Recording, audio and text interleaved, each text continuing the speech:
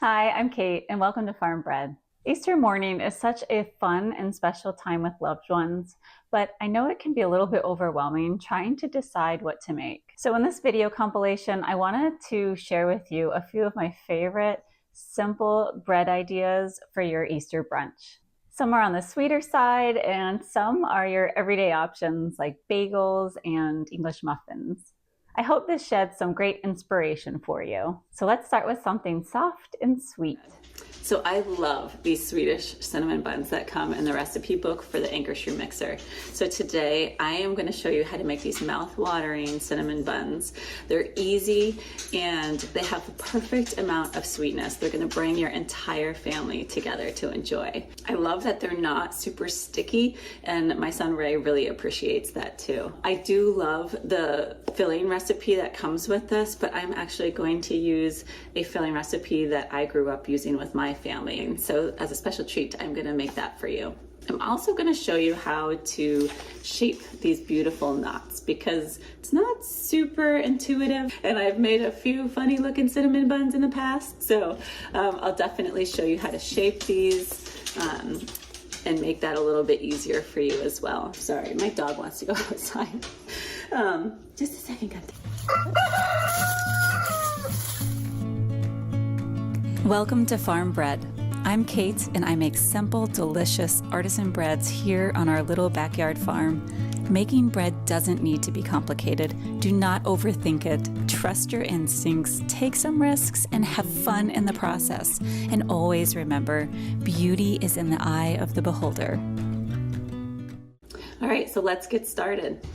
I'm going to pull my machine out. So you can see I have the ankarsrum, the stainless steel bowl assembled with the dough knife and the dough roller. Right now the roller is just along the edge of the bowl here. I am adding 500 milliliters of warm milk. Now the recipe said to have the milk heated to about 105 degrees Fahrenheit. So you can definitely have this on the stove and use a thermometer to measure that. So the recipe says to add 5 teaspoons of active dry yeast. So 1, 2, 3, 4, 5. Okay, now I'm just gonna turn this on.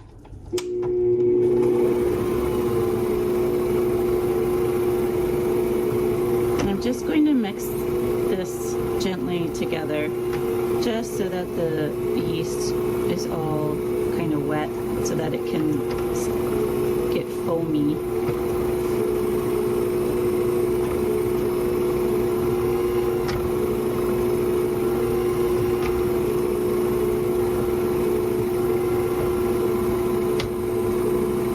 So you can see I use both the knife and the roller to kind of help guide the ingredients in the bowl. Okay, that's good. I'm just going to turn it off. Get that little piece. And now I'm just going to let this sit for about 10 minutes to let the yeast kind of foam up. I have noticed with certain recipes, the yeast does not look super foamy at that 10-minute mark, and I continue with moving along with the recipe, and it has never posed a problem to me. I've noticed that some people have posted the same thing online and they've gotten really frustrated because it's not looking the way it should. So what I would encourage you to do is just keep going with the recipe, keep trying it, and chances are it will turn out just fine, even if it doesn't look exactly the way that you think it should per the directions in the book. All right, we're back. It's been about 10 minutes. As you can see, this is what my mixture looks like, and we are going to go with this. So don't expect it to be super foamy. This is just totally fine. So now we're going to start to add our other ingredients. So first I'm going to add butter. Now the recipe calls for room temperature butter. I actually prefer to add in butter that's a little bit slightly melted. So not fully melted, as you can see. You don't want it too hot that it's going to shock the yeast, but I find it's easier to work with the ingredients when it's like partially melted. So I'm going to add that in. And it was like 10.5 tablespoons. Okay, I'm also going to add in 1 egg, fresh from our chickens, that I already mixed. It's easier if you mix it a little bit before you put it in, but if you don't, that's fine too. I've done it both ways, and at the end of the day, I guess it really doesn't matter. So it was 1 egg, and then I'm also going to add in 100 grams of sugar, or half of a cup of sugar. I use organic, raw. Gonna add in about 1/2 teaspoon of pink Himalayan salt. And last but not least, I'm gonna add in about 2 teaspoons of ground cardamom. The recipe says this is optional. I love all these different spices, so I'm adding it. 1, 2. Okay, now we're just gonna start to mix on low.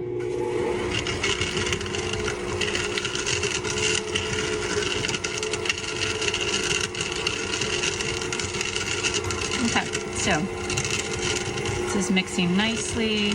I'm just gonna pull my dough roller out to help me mix and incorporate the ingredients.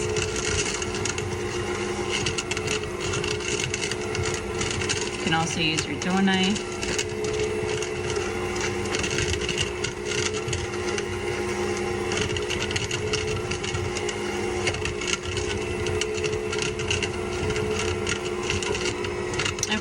Now we're going to start to add in our flour. The recipe calls for 840 grams of bread flour. So I use an organic bread flour that I got at Lindley Mills out of North Carolina. I find they do a really nice job with their milling. So I'm just going to slowly start to add the flour in.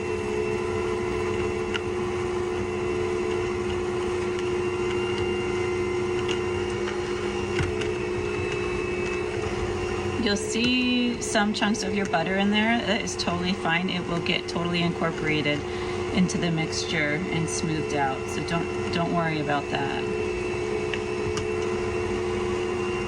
I'm gonna turn the speed up just a hair.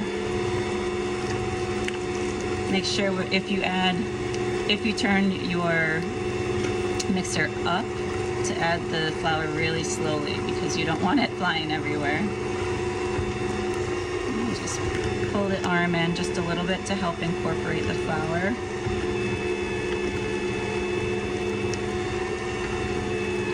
Before I add all of my flour, I am going to want to reposition the arm more towards the center, away from the edge. Otherwise, the mixture will come all the way up the roller, and I find that messy.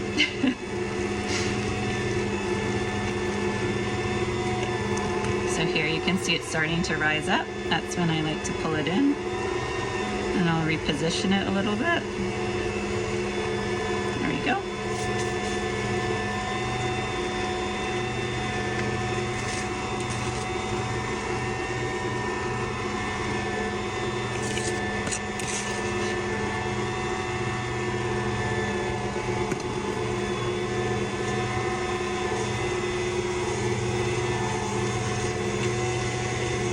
Starting to come together nicely.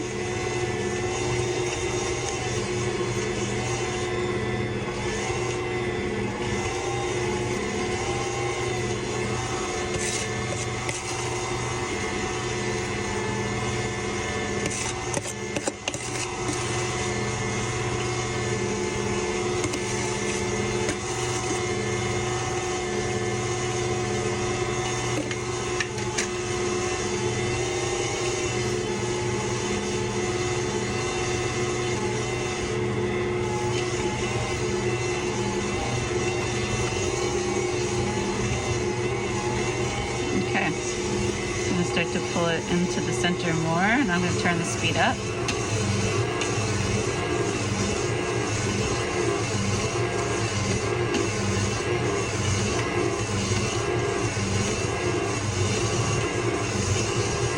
about at a 3 on my mixer speed.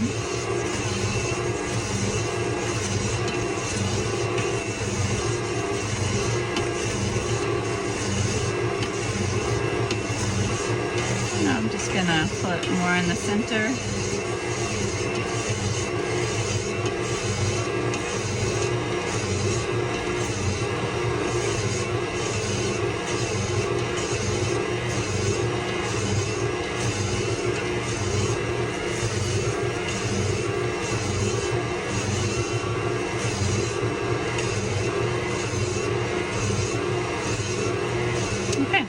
Now that all the ingredients are definitely incorporated and it's looking like a dough, I am going to start to turn my speed up to medium.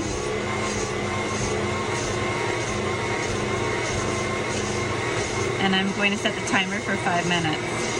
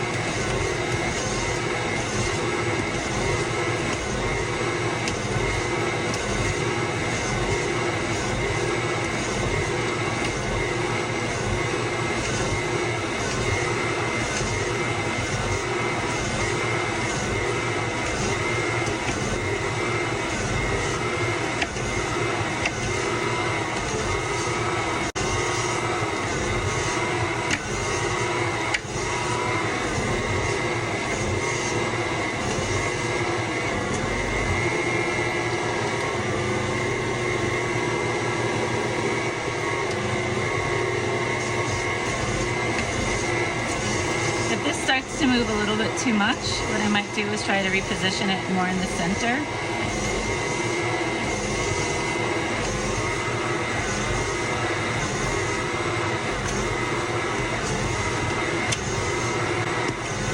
The arm is supposed to be able to move, so it is important that there's some flexibility here and the movement.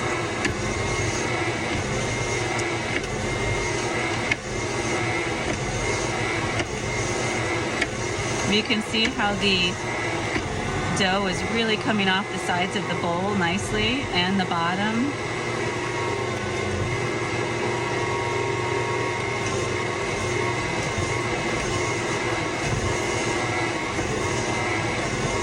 And I'm just going to reposition this a little bit more in the center.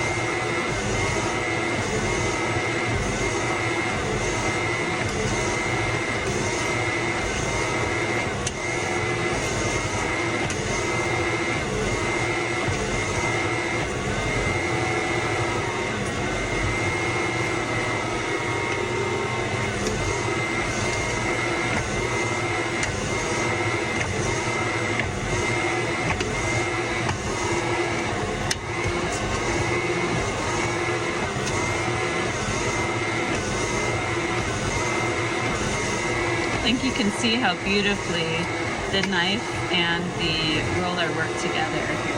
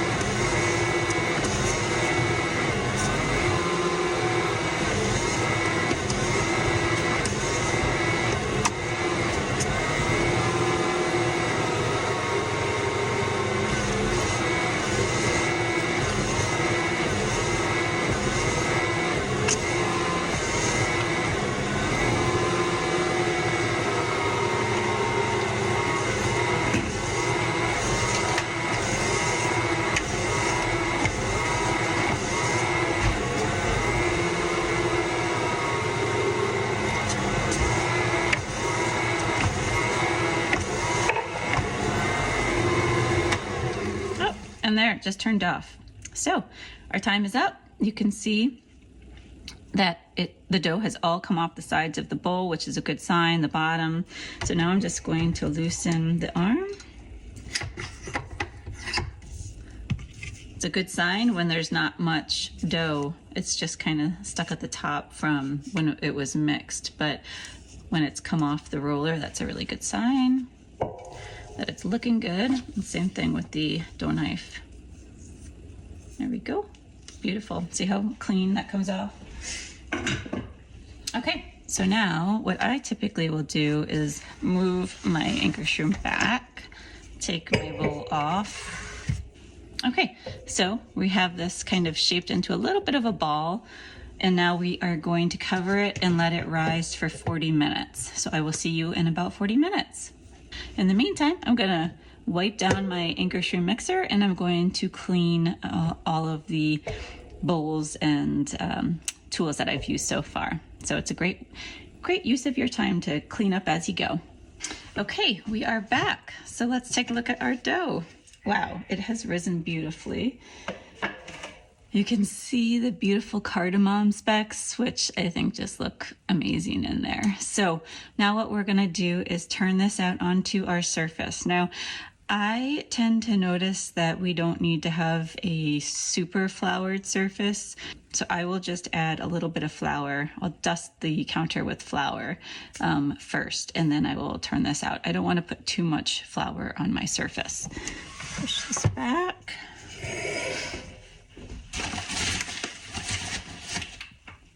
So just a little bit of dusting. Okay, now we are going to turn this out. And it comes out of the bowl so nicely. There's almost no residue. There's almost no dough left in the bowl. Put that in the sink. I always tend to rinse my bowl right away so that we don't get a lot of crusted on dough. Okay, now I'm just going to kind of flatten this out into a rectangle. And I'm going to divide it into 2 equal parts as best I can. Okay, I think that looks pretty good.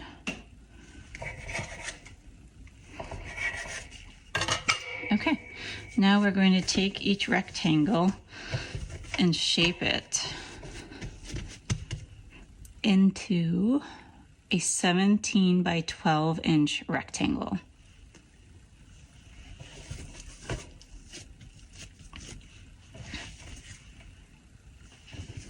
And I need my counter space for this, so I think the best thing for me to do is to reposition my camera. Okay, so just gonna add a little bit of flour underneath,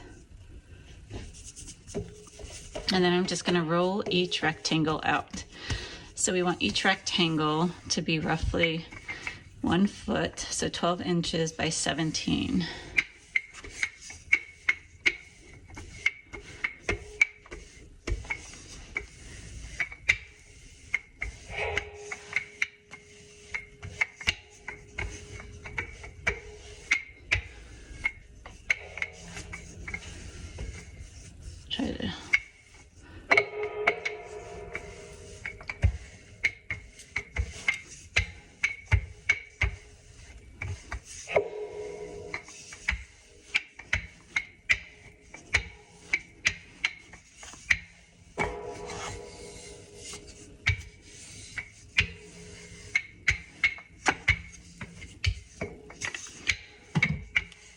Try to keep it so it's all about the same thickness.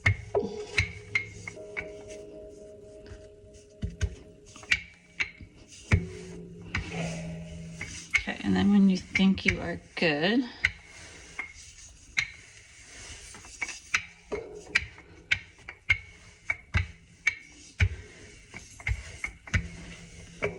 you can measure it with a measuring tape.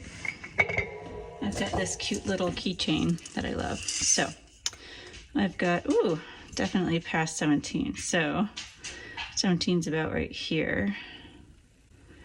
So I'm a little bit beyond, which is fine. And then I've got, yep, about 12 feet here. So I'm good. So what I'm gonna do is just tighten up the edge.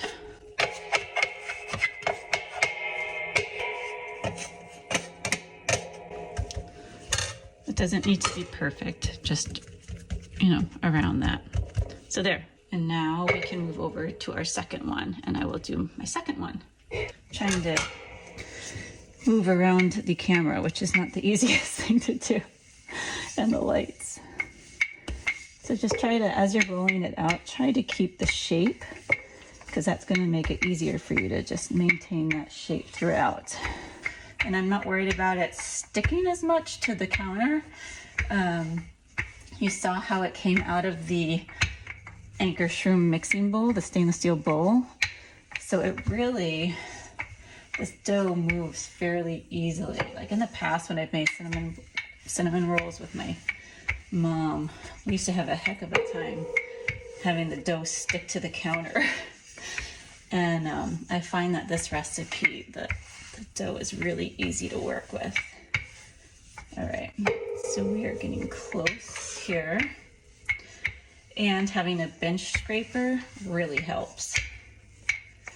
So let me just see where we're at. I'm gonna measure. Good, we're at 17 and a foot, perfect. So again, I'm just gonna go in, tighten up the edges with my bench scraper.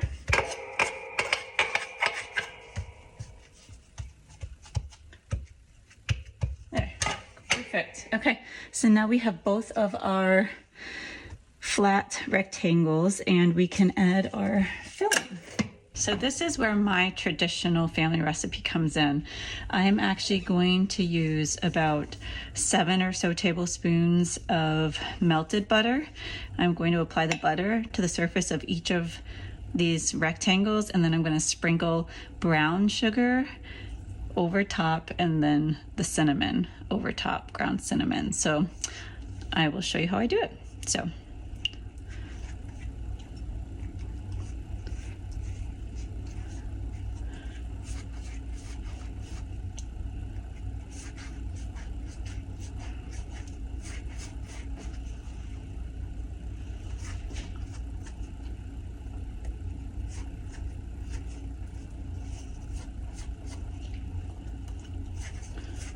just a nice coating so that the brown sugar has something to stick to.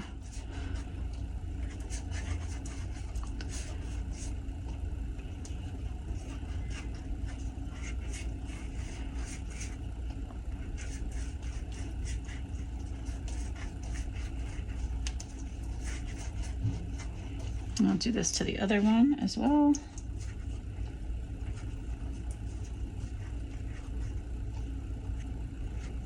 Yep, okay, so yeah, we really only needed about 6 tablespoons to go over both of these rectangles. Now I'm going to come in with my brown sugar and I'm just gonna sprinkle it evenly over the rectangles. Just like a nice coating for that sweetness that you have with cinnamon buns.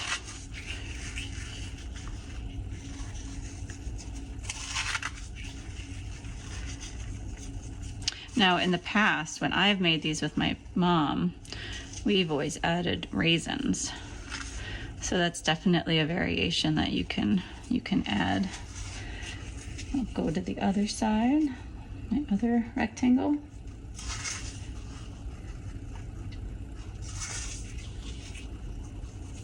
If you add too much brown sugar, then you will notice it's harder to shape the knots and that you'll lose a lot as you are shaping the knots. So really don't want too much.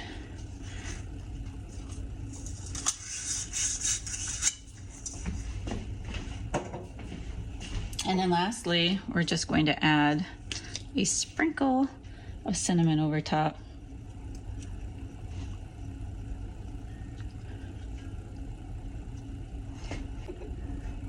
Okay, So now comes the fun part, the shaping. So what we do is we are just going to kind of get your bench scraper underneath so that you can lift up the dough. And we're gonna just pull it down in half. Easy peasy. So we'll do that to both sides.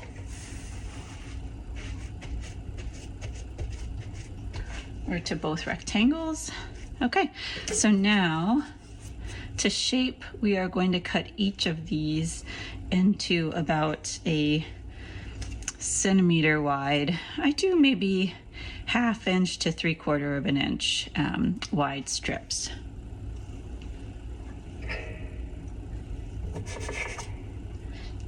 Having a bench scraper is great for this because you can use it for so many different ways while you're making your buns with the dough. I typically now just reserve the ends until the last minute. So if I find that I have enough room on my baking sheet for these, then I will use the ends. If I don't, then the kids kind of like to eat the dough. Okay, so I'm just going to shape. I'm going to cut these strips.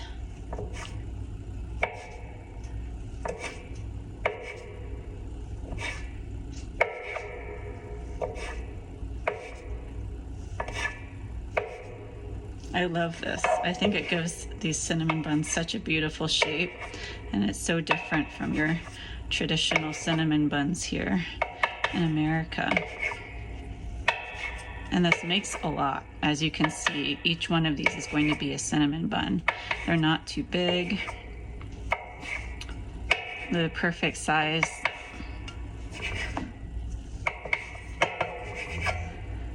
Depending on how thick you cut them, will give you the yield. So if they're thicker, you'll have less. Thinner, you'll have more.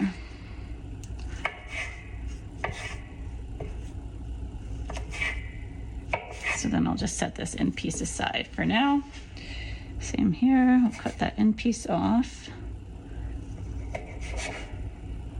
And I'll do the other rectangle. All right. Try not to get in the way of the camera as I'm doing this for you.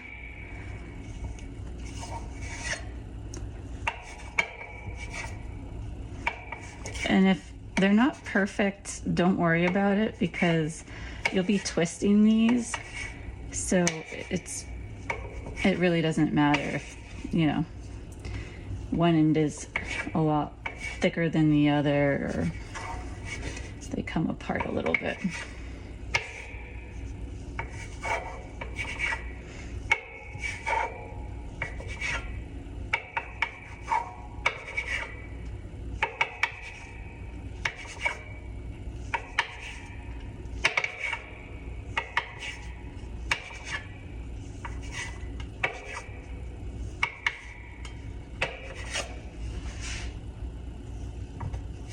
Okay, I'll reserve that end.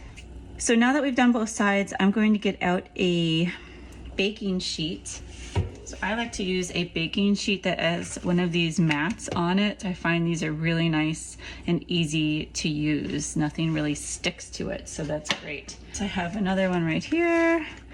So as I'm knotting these up, I'll be placing them on my baking sheet. Okay, so we're just going to take this and then you just twist it, pull the end through like so, and then set it down on your pan.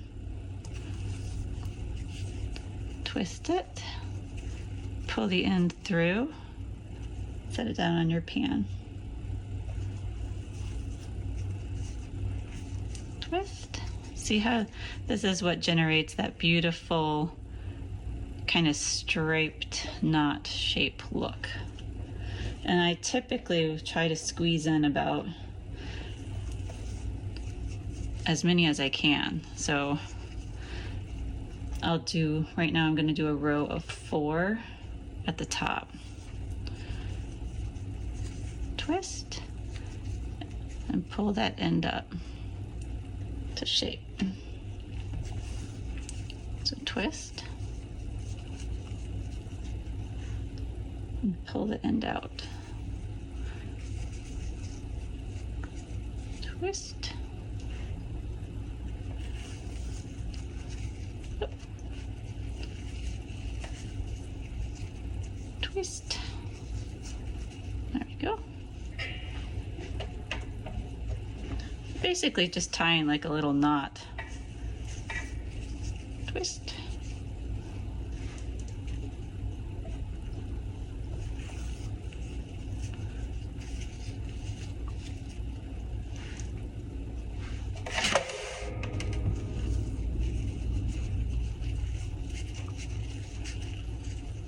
Because you want that beautiful swirl kind of look.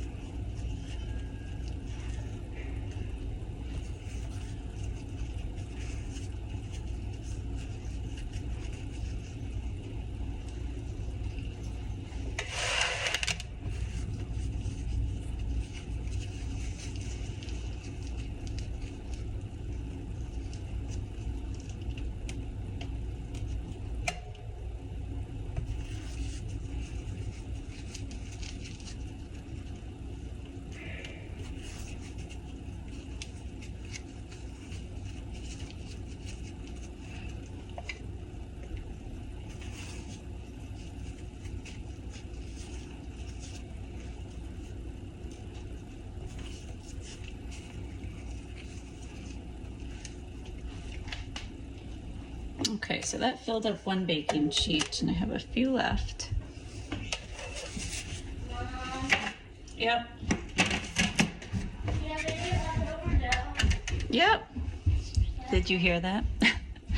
Now my daughter wants some of the leftover dough. Here. Can I have some more? Yeah, just have that for now. Don't want to eat too much of the raw dough. It might upset your tummy. Like, it's hard to resist, isn't it? Okay. I'm just gonna, that one's kind of small, so I'm just gonna set that one aside for now too. And now we'll start with the other side.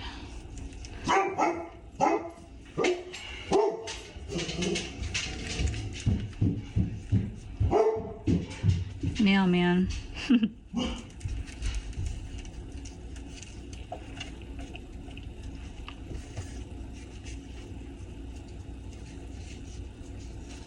Okay. And just so you know, I will be, it's like brushing these with egg. So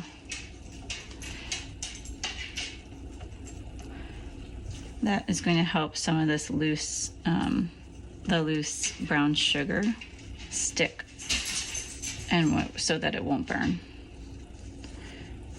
And so if yours can stretch and you can tuck that end back in, do that so that you don't have this long tail coming out. You can pull it up and then twist it back under, and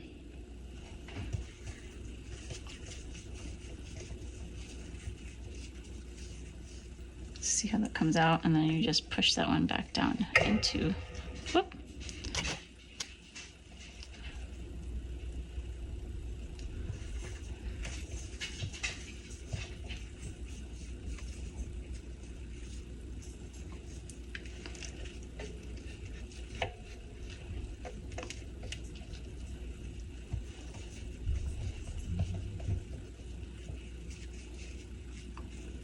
Feel like these feel a little bit longer and thinner. Might need to move these up a little bit just to fit everything.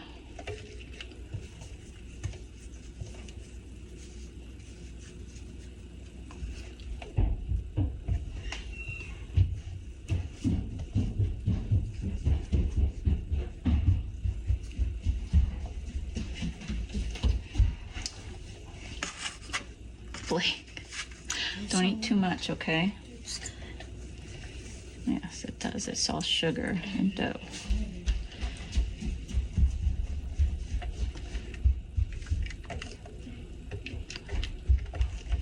These tiny ones up here, you can really fit a lot and just squeeze them in.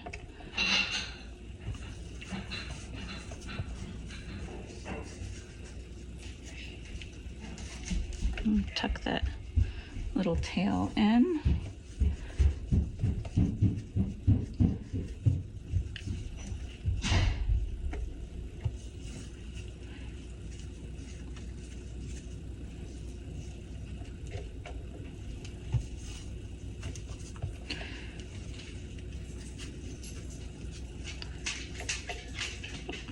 So I'm going to adjust the ones up here just a little bit so that I can fit everything.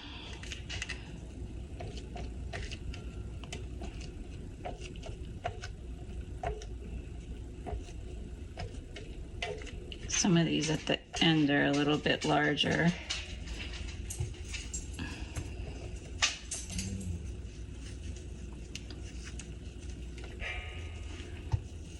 And then you could always do another sheet. If you have too many, just do another sheet.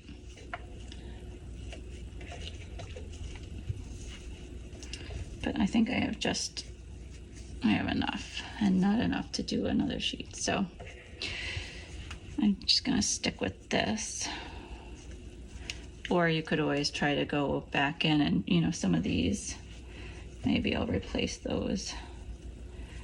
We'll see how big this one is. Yeah, or you could add them together. This one's pretty small.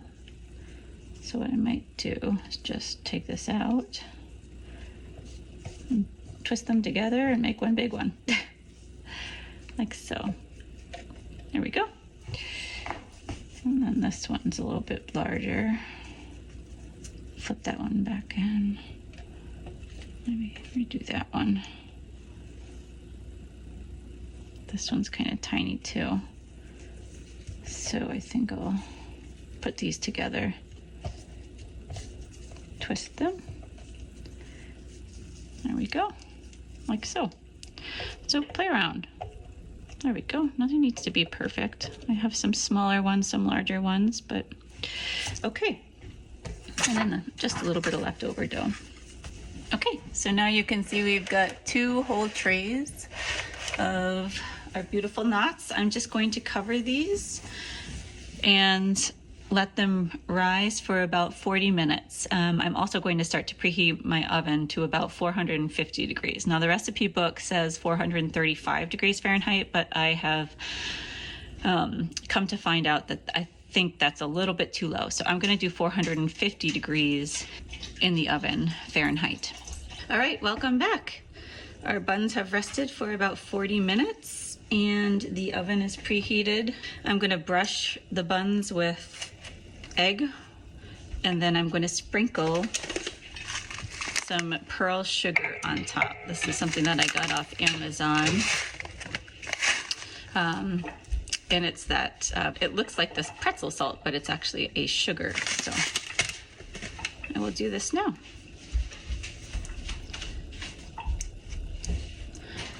And you just want to lightly go over the buns with the egg wash. You don't want to have too much egg on there, otherwise it will start to look like scrambled eggs. It's really just for like a nice, subtle glaze.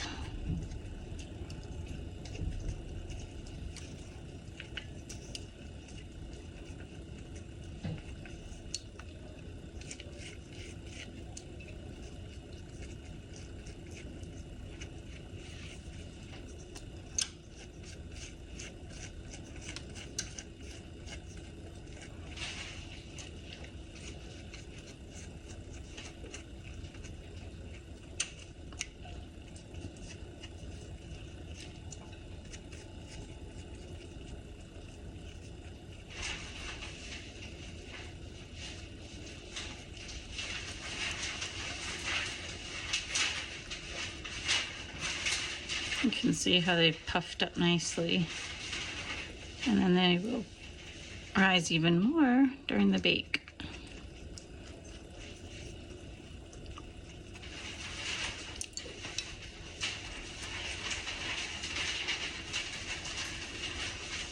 some of the ends have come out, you can just tuck them back in.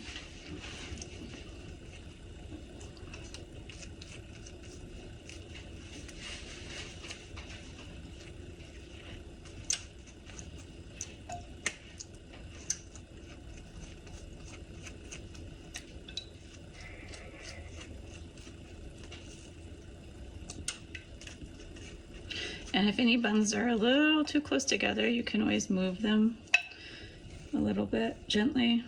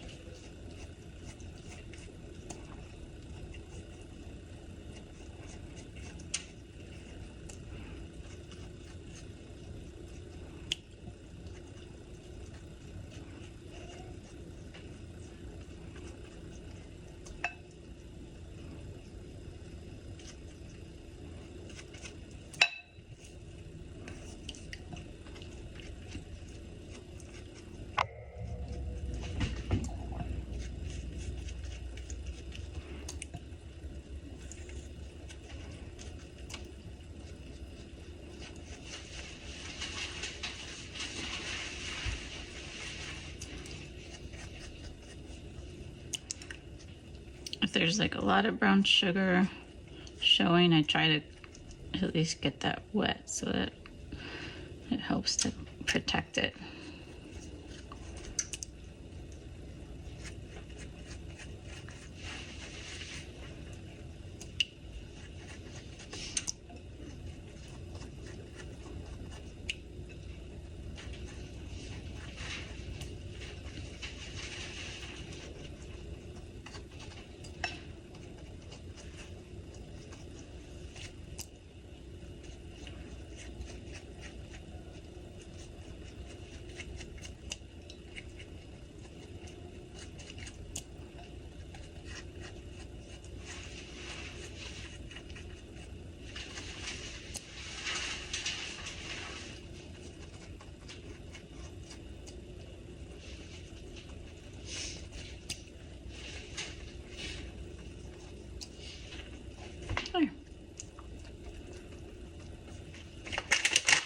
Now I will sprinkle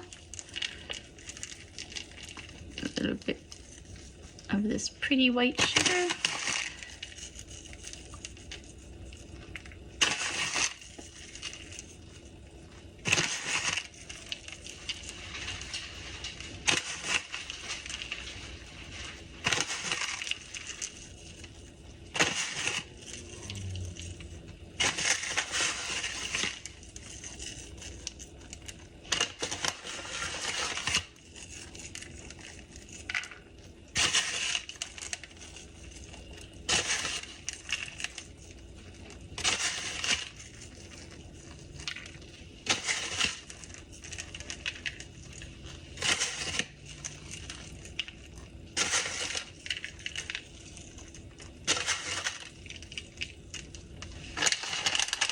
Okay, now I'm gonna put these in the oven. And the recipe says to bake for about 5 to 10 minutes, which I have found is definitely not enough. I have gone from about 10 to 15 minutes. I think 15 minutes is roughly the sweet spot. So definitely keep checking once you put them in the oven and make sure that they look like that beautiful golden brown and that they look like they're fully done before you take them out.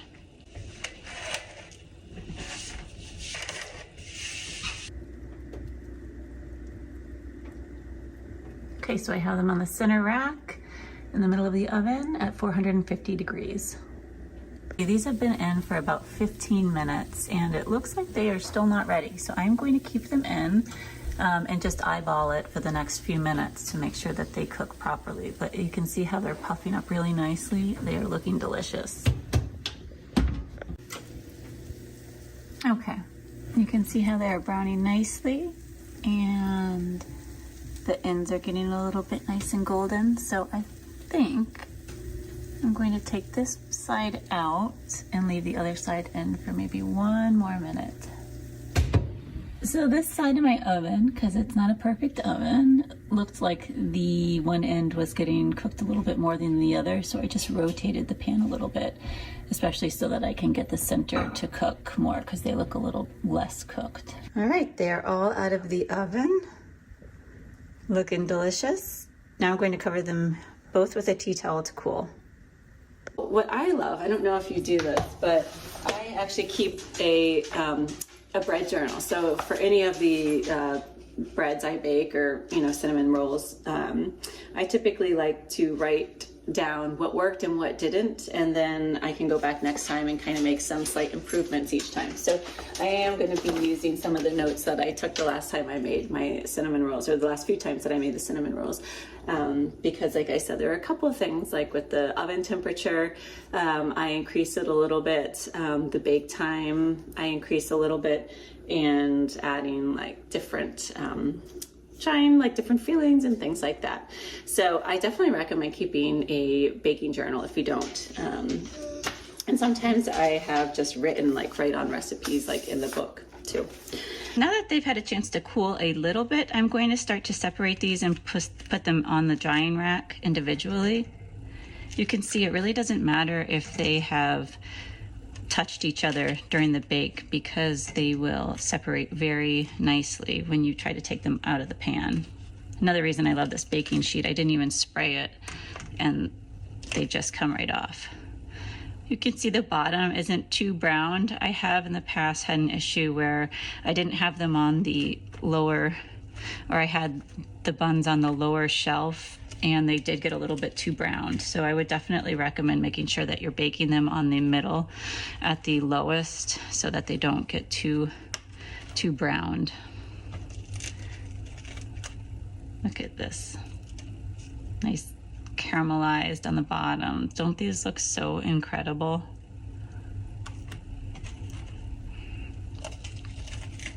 They're soft. I'll open one up for you in a minute.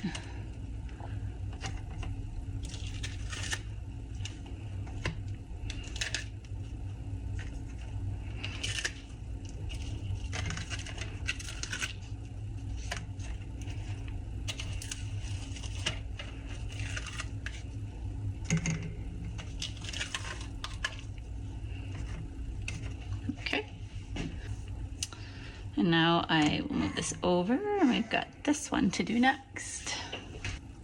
These were a little bit closer together, so I'm being very gentle. But you can see they separate really easily, so you really don't need, it's okay if they're really close together while you are baking them.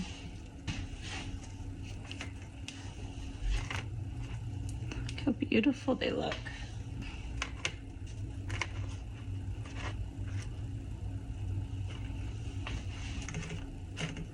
All right.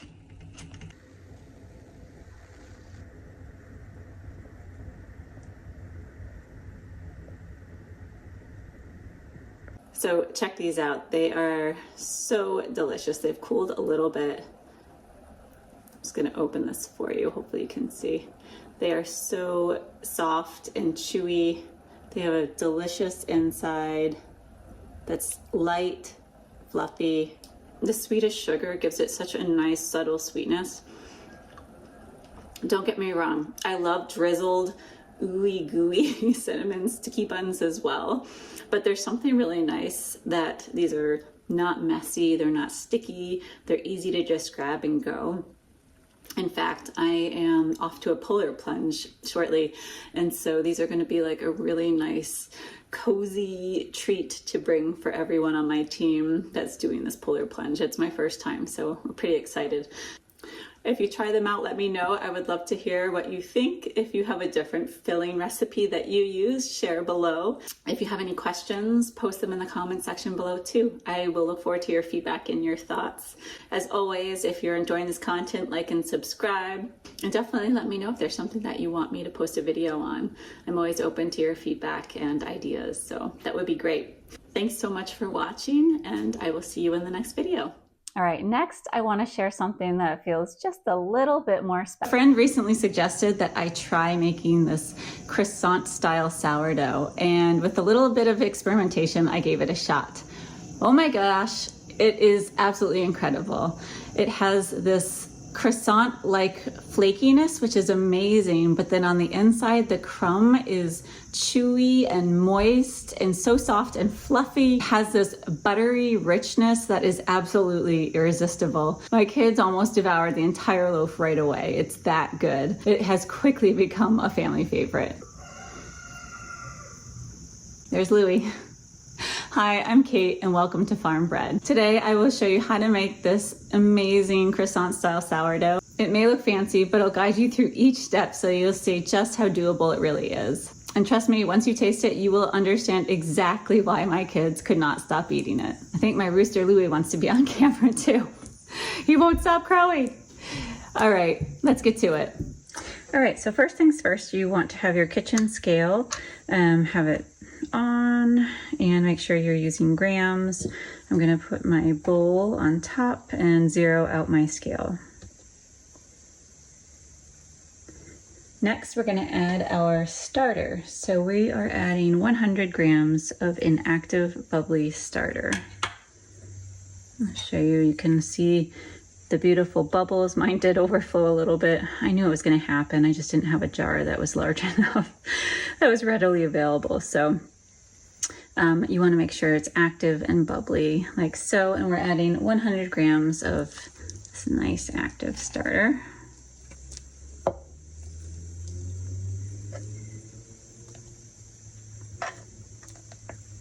So if you haven't made a starter yet, I am creating a little mini course on how to create your own starter and your first loaf of bread in just 8 days. So I'm super excited to launch that in the next month.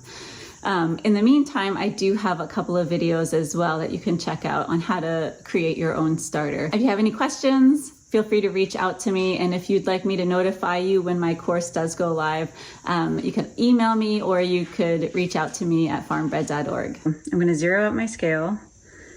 Can go to milliliters and add 365 milliliters of warm water.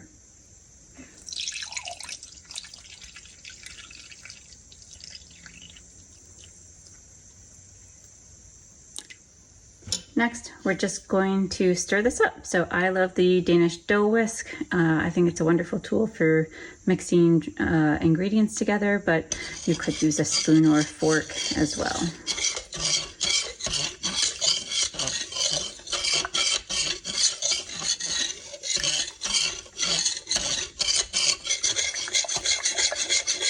So I make sure you mix them up so that the starter is incorporated really nicely in with the water.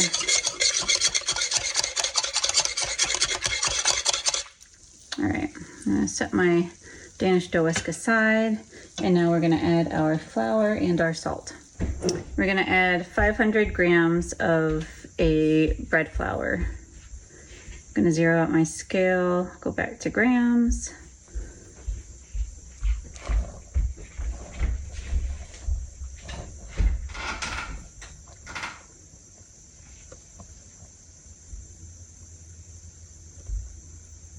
And lastly, we're going to be adding about 10 grams of pink Himalayan salt.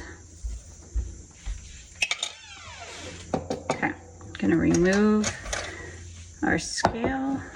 And now I'm just going to stir all of this together using my Danish dough whisk.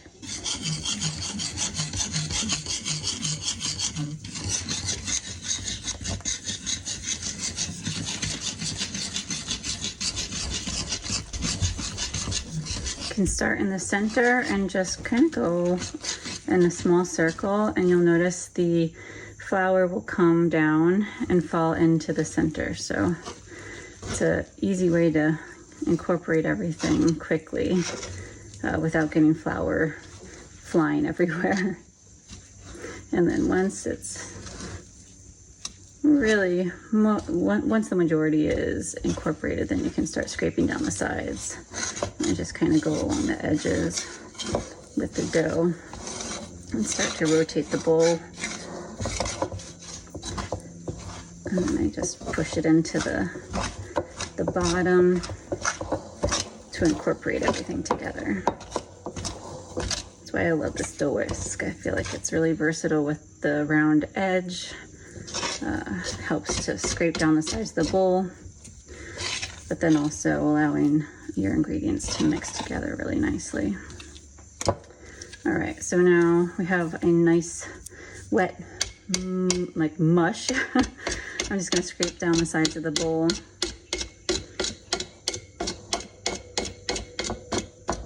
Kind of pull the dough up over itself.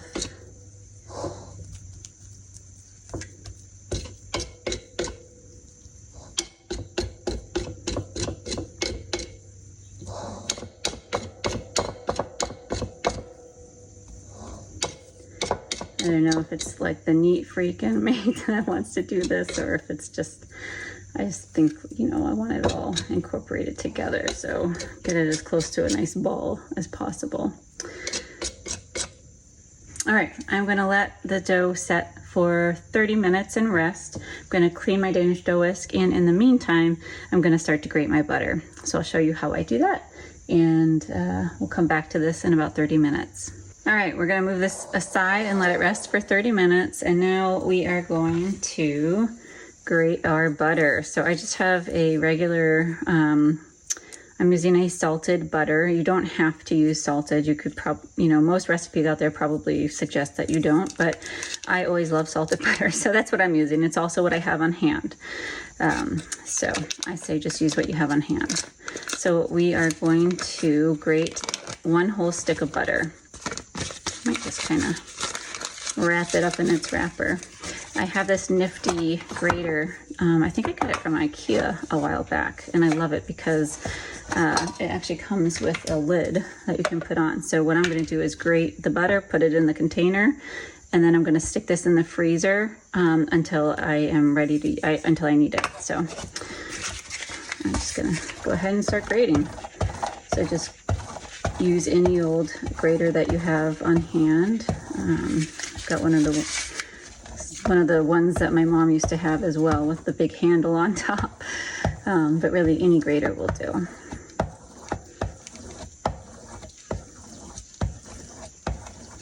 And this is just cold butter straight from the fridge. So I didn't let it sit out at room temperature or anything like that. You want it nice and hard, so that once you incorporate it, it's not, it's staying in like a hard form. You don't want it to be soft and mix in with your dough, because then you won't have that laminating effect that you get with the beautiful croissant-like breads and pastries. There's one pastry I make that I need to make for you. It's called the Danish kringle, and it's or wienerbrød is actually really what it is. The kringle is the pretzel shape that it comes in around the holiday time, but the wienerbrød, I believe it's pronounced, is just my absolute favorite dessert of all time, and it's this almond pastry that they make in Denmark, and it is so good. All right, and that's about it. As far as I can get, I'm gonna just stick with that. Okay. So like I said, I'm gonna take our lid off, make sure I don't have any pieces on the back.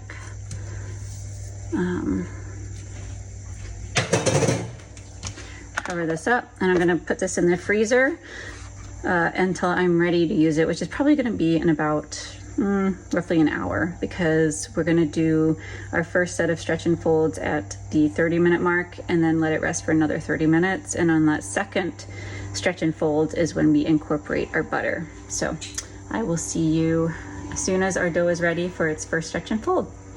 Welcome back. It's been about 30 minutes. So now I'm going to go in with clean hands, and we're going to do our first stretch and fold, if you will. Now, my goal right now is going to be to take this wet mess and kind of turn it into a ball-like structure. So it's not going to be a super round ball, but it's going to look more of a ball than this does right here. So that's what we're going to go in and do. So I do that by going down, pulling up, and folding over.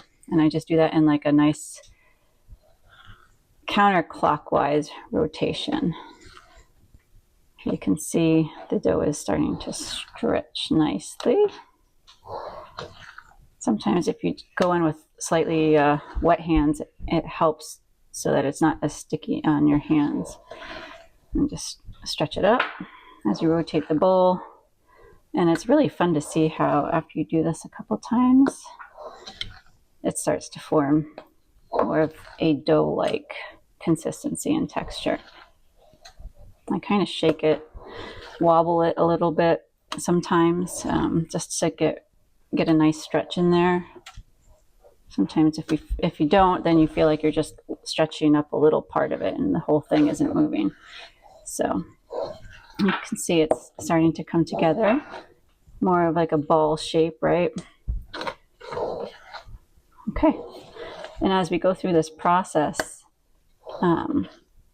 it's really neat to see how after you let the dough rest, how that affects the glutens in the dough and how the dough starts to really come together so nicely. So, okay, this is good. I just needed to do a first initial kind of minimal stretch and fold. So I accomplished that there. It took what, like 30 seconds, maybe a minute. And I'm going to cover it, and then we're going to let this rest and sit for another 30 minutes. And we'll come back and do the second stretch and fold. And at that point, that is when we are going to add in our butter. So I will see you then. Welcome back. We are now on to our second stretch and fold. So let's see how our dough is looking. Now, what we're going to do is I took our butter out of the freezer. So this is all really hard, which is what we want as we add it in. So we are going to layer our butter into, like all of this, into the dough as we stretch and fold it up. So I'm going to do that much, and then I'm going to rise this up and flip it over. I'm going to add a little bit more butter here.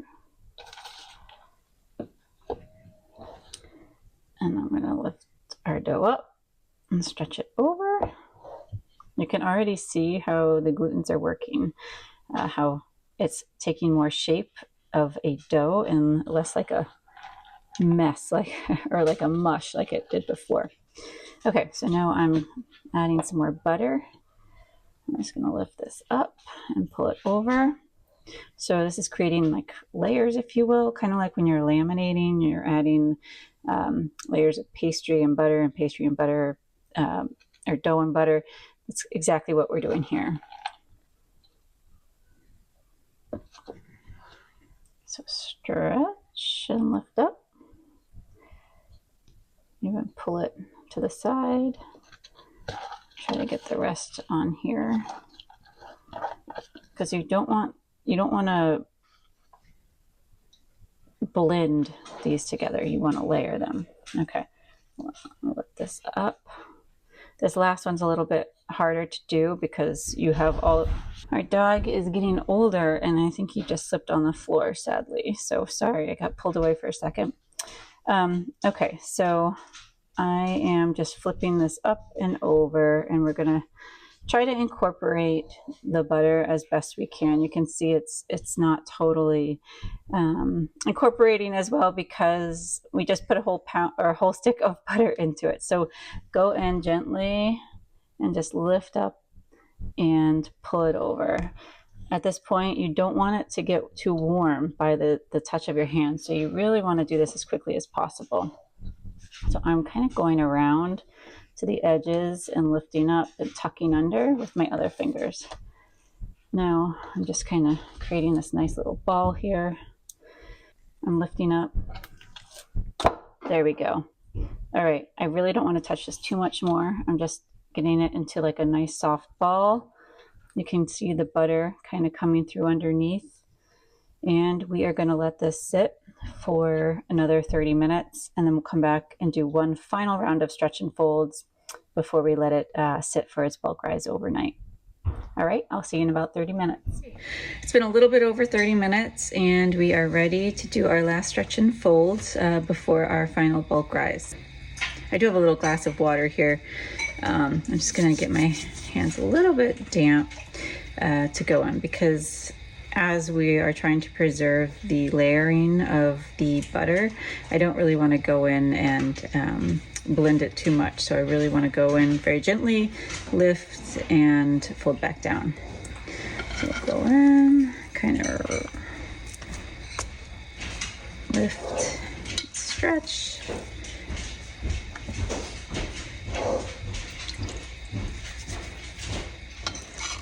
Just do this a couple times. You can see it's really starting to form a nice shiny surface here, which is great. Okay, now just gently give it a little shake and jiggle as we shape it into a nice little ball. Okay.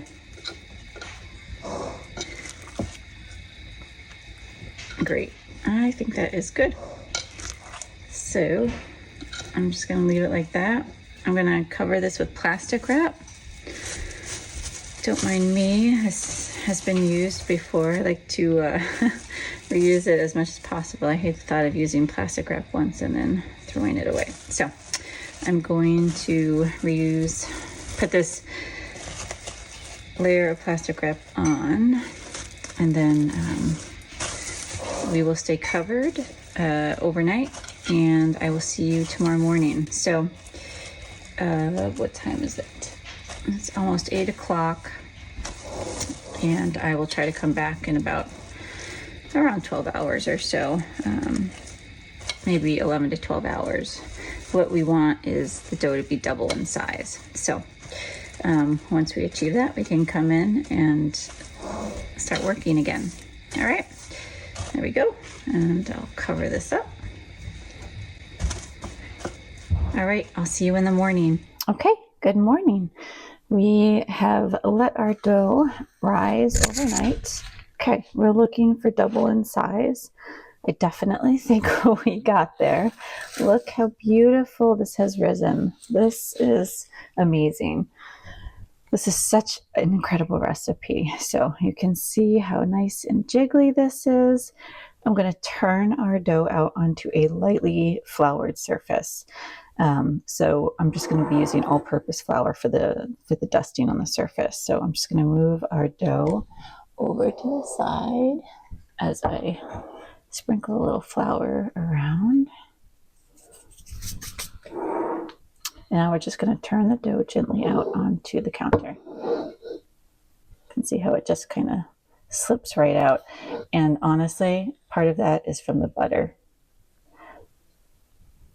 It just pours right out of our container really nicely. You can kind of scrape the edges if you don't want to leave any remnants.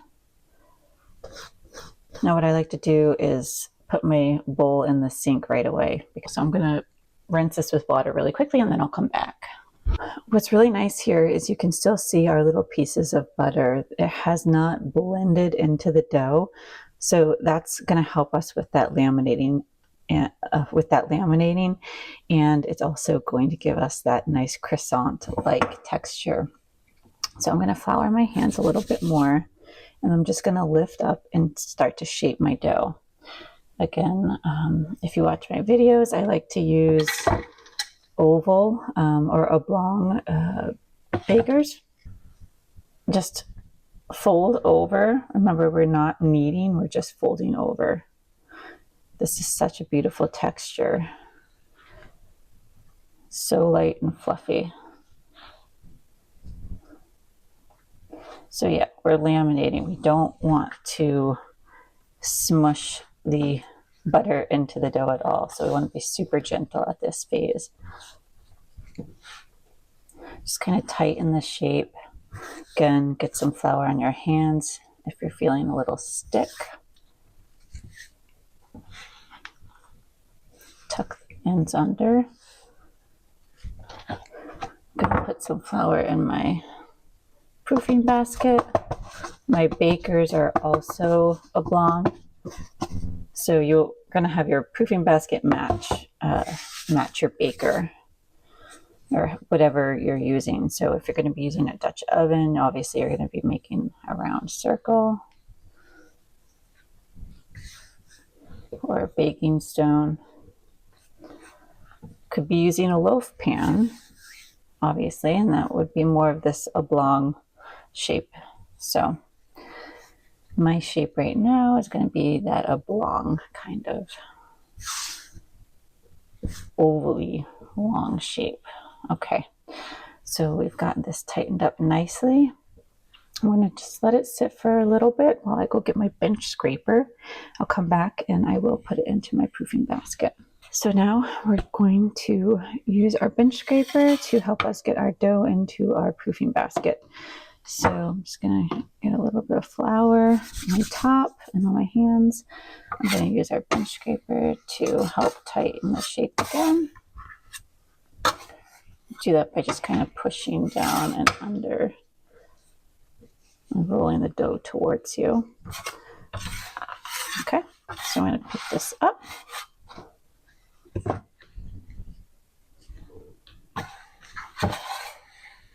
Lift up, and I'm putting this in seam side up. What I like to do is sprinkle a little bit of this flour right on top, because this is what's going to go down into our baker, just to get anything that's a little damp. There we go. I'm going to let this sit while I preheat my oven to 450 degrees. So this will proof for about 30 to 45 minutes, and then we're going to put it in the oven and bake. Our oven has preheated to 450 degrees Fahrenheit. Our dough is looking great in our proofing basket. So I'm going to take our baking pan out of the oven. I love that little steam at the beginning. Okay, I'm going to pour our dough into our pan. There we go. And I'm going to gently try to score the top. Let's do this gently. It is doable, but it's a little bit harder when it's not cold from the fridge. So just go gently. Score the top with your long to create that beautiful ear during the bake.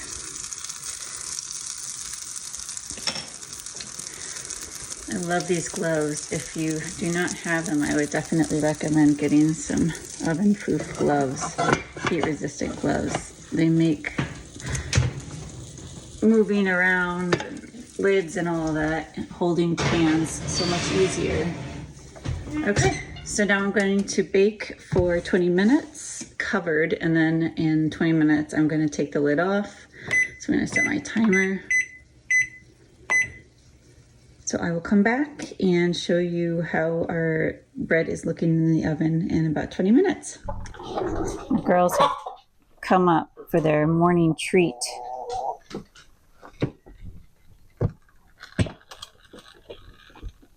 Sunflower seeds.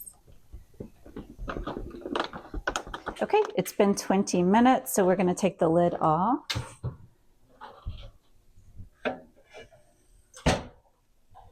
Oh my gosh, this looks incredible. Can you get in there? I'm setting our timer for 30 minutes and we will come back. You may want, around the 20-minute mark, you may want to tint this with some tin foil if it's getting a little bit too dark. It's typically what I do.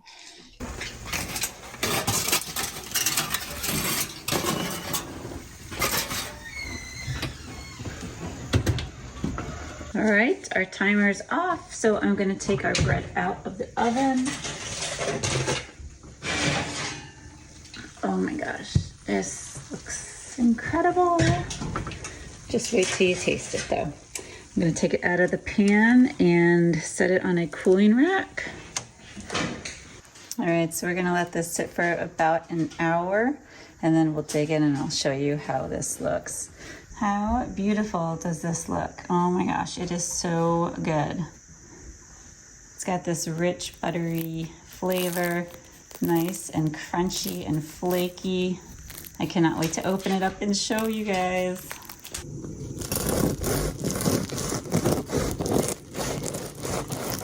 Just cut right down the middle.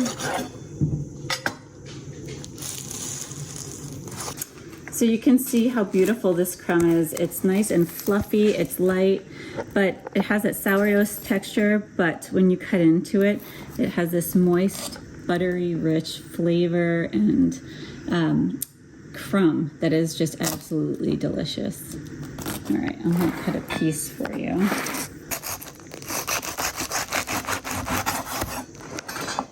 All right, here we go. This is so delicious.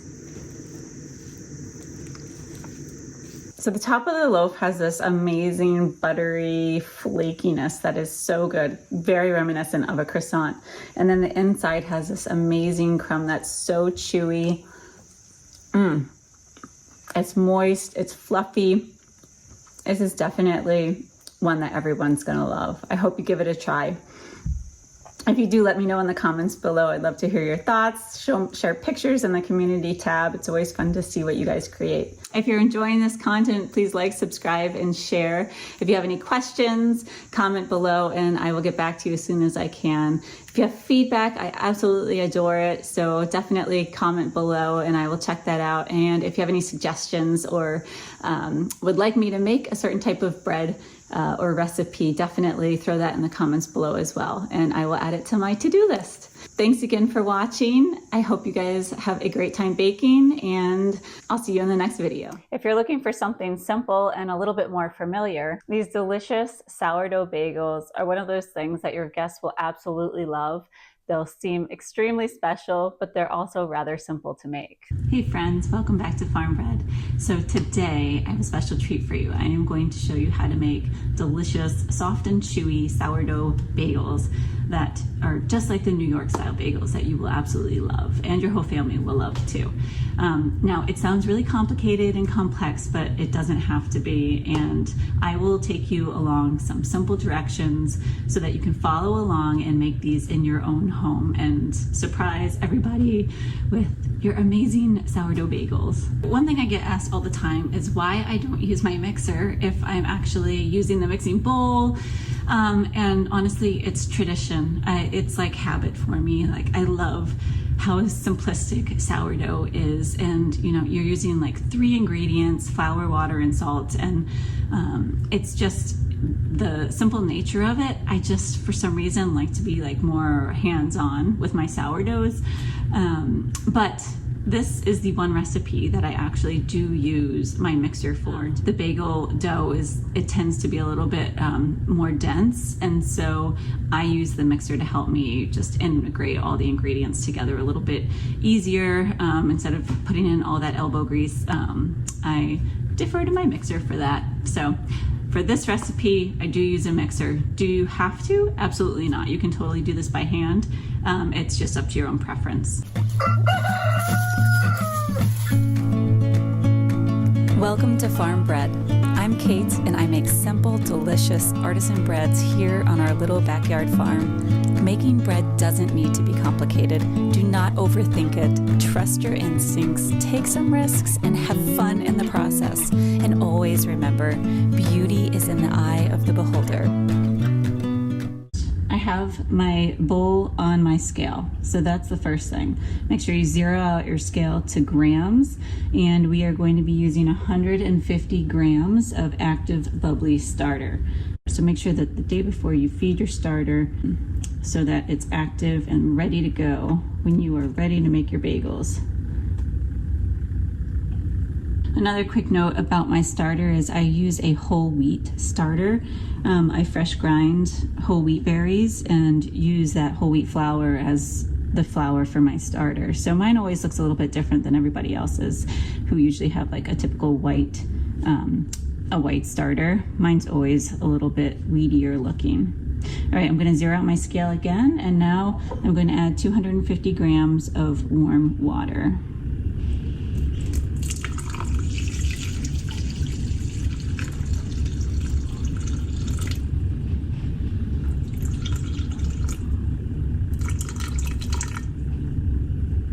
we are going to add 24 grams of sugar. I like to use organic raw sugar.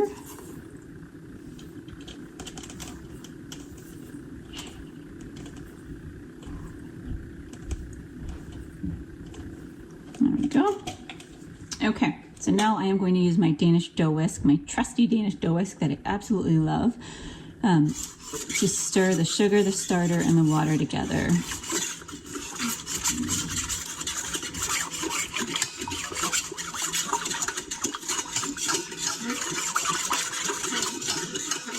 Now that we've mixed all of those ingredients together, we are going to add 500 grams of bread flour. So what we have to do is make sure that our scale is back on, make sure that it's zeroed out, and now we can add our flour.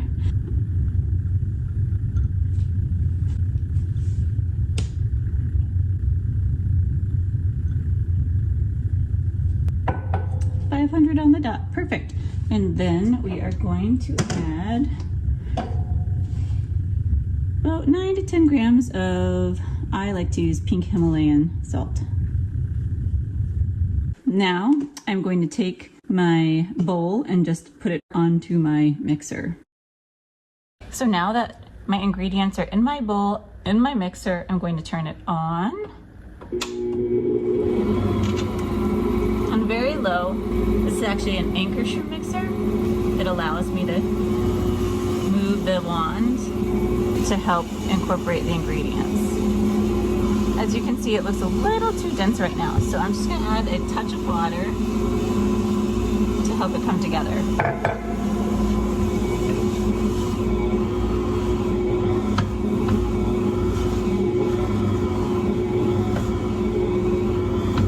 There we go.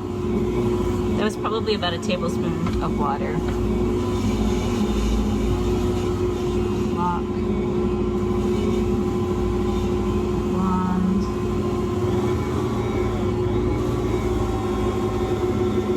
I love how you can move the wand on the ankarsrum to position it to best suit your needs.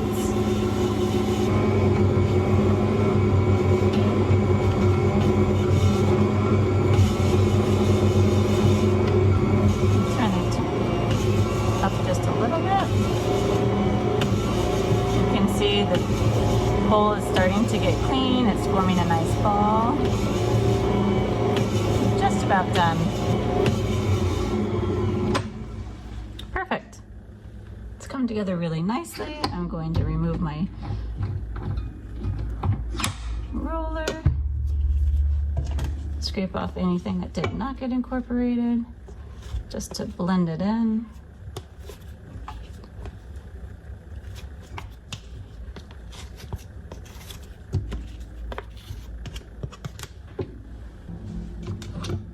Take my dough knife out.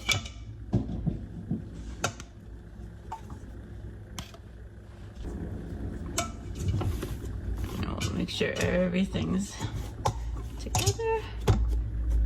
So you can see the texture is pretty stiff.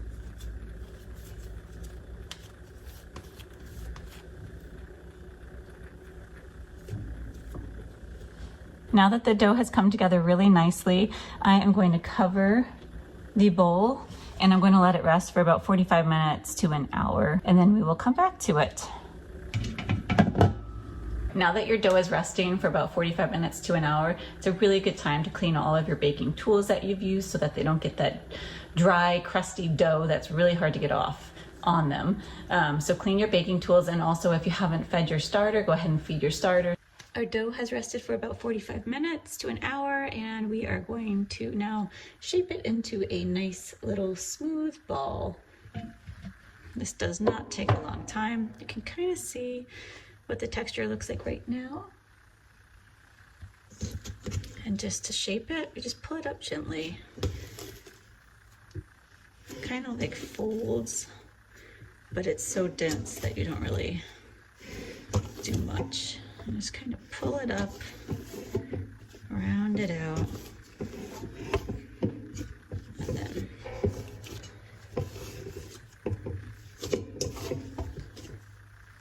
shape it into a nice round ball. You can already see how it's coming together like a nice dough.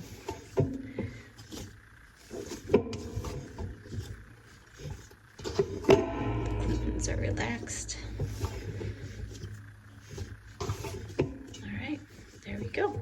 Now that it's in a nice semi-smooth ball, I am going to cover it up and let it sit on the counter pretty much all day. I'll come back tonight and put it into the refrigerator after it has risen for at least, 10 hours or so. And then we will resume tomorrow morning making our delicious bagels. Okay, so it's been about 10 to 11 hours. My bagel dough has been rising all day. And now what I'm gonna do is put a thin layer of plastic wrap on top, and then I'm gonna put the lid on top, and then I'm gonna put it in the refrigerator overnight.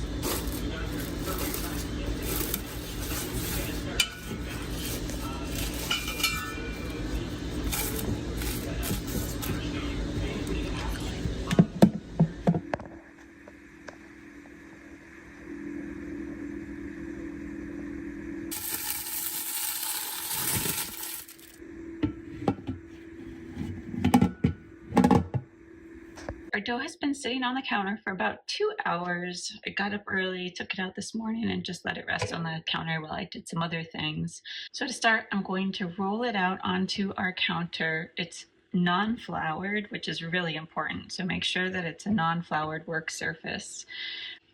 So here we go. I'm just gonna grab the dough, pull it out, get all those last little bits. And now I'm just going to start to create about 8 equal sized portions that I will then form into balls. That looks good.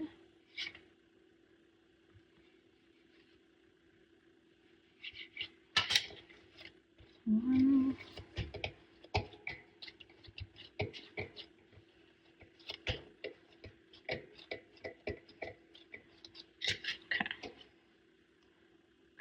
In half. You can use a scale if you really want to make sure that they're equal, but I think eyeballing it is totally fine for my purposes. I'm not selling these are for our home. So I've got 4 fairly equal pieces right here, and then I'm just going to cut each in half. If they're not perfectly equal, it's totally fine. Not a big deal. Now we have 8 portions that I'm going to shape into small balls. And then we're going to let them rest for a little bit before we shape them into the actual bagel. So to do that, just take one and kind of form a C formation with your hand, rolling it on the counter, which is why, again, it's really important that you're not using flour, otherwise it would just slip. There we go. Nice shaped ball. And then I am going to place each of my balls onto a greased cookie sheet, which I will show you. I like to spray it with coconut oil spray. And I use a baking sheet as well. Good morning.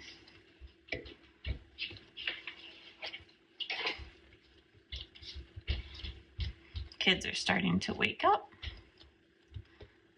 Come downstairs.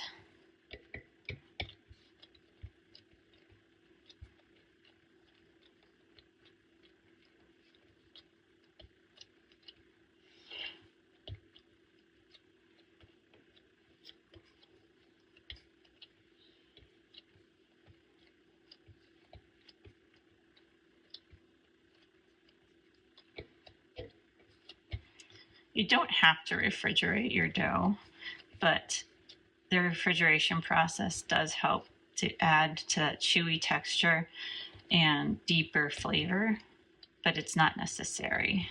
So if I had wanted to, I could have started this process last night instead of putting the dough into the refrigerator.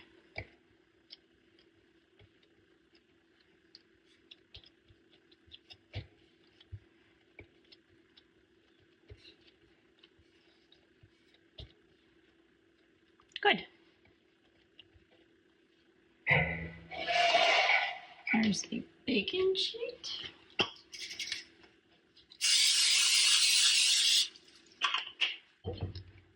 Okay. The spray, sometimes I use it, sometimes I don't. It just adds another extra layer of ease when you are trying to work with the dough, especially once you shape it into bagels. Sometimes it can be challenging to pick them up. So adding the spray just helps a little bit. So now I am going to let these sit here for about 10 to 15 minutes to relax the glutens before I start to shape them into bagels. Okay, so now we're ready to start shaping the bagels. So what we're going to do is there are a few different techniques for this, but I just do the simple, easy way, which is poking a hole straight through the center and then kind of grabbing at it with both thumbs and gently stretching the hole outward towards the rest of your hands. Basically, you're just gently creating that bagel shape.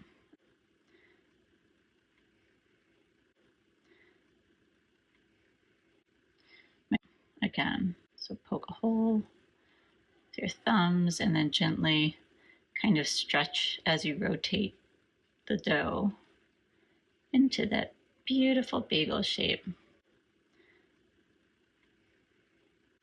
My rooster says it is time to wake up.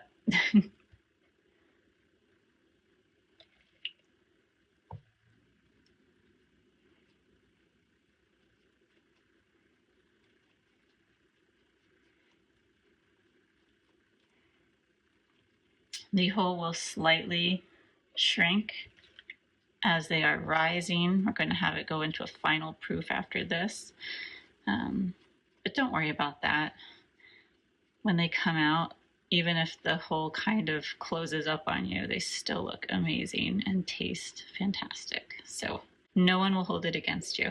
You want to try to keep it somewhat uniform in thickness as you're shaping, so that it doesn't get lopsided anywhere. But again, do not worry about perfection here. It's all about the taste, the flavor, the aromas, and the experience, being able to share these with people that you love. Okay, I'm going to cover these as they are entering their final proof for about an hour so that they can get nice and puffy before we do our boil.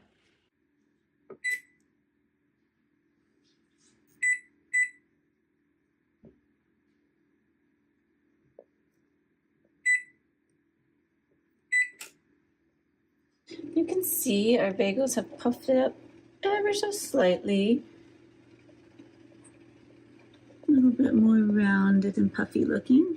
So they have been in their final proof for about an hour. What I'm going to do is start to get the boiling process underway. Our pot is definitely boiling. And I'm going to add about 20 grams, about a tablespoon of honey. This is from our neighbors. We're so lucky. They have bees, and they've given us their beautiful honey. So I'm just going to stir it to dissolve.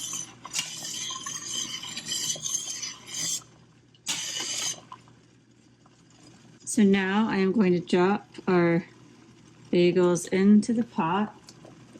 I'm going to do about 2 at a time. So I just made the mistake of dropping the bagels in without having my utensil ready. Definitely have your utensil ready. It was stuck in the drawer and my camera holder was holding the drawer stuck, so I couldn't get to it. What you want to do is have your bagels in for about 30 seconds on each side. So you'll put them in, they're going to float around, and then you're going to flip them over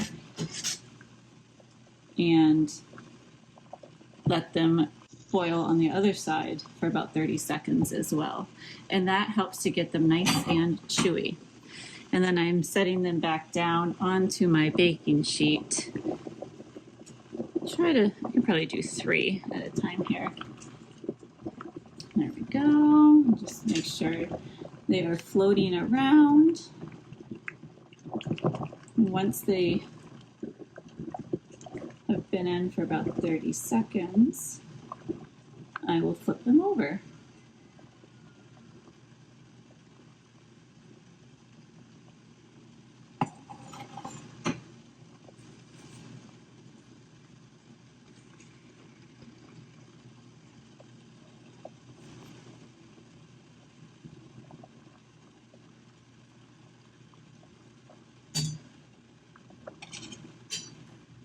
And we'll give it another 30 seconds.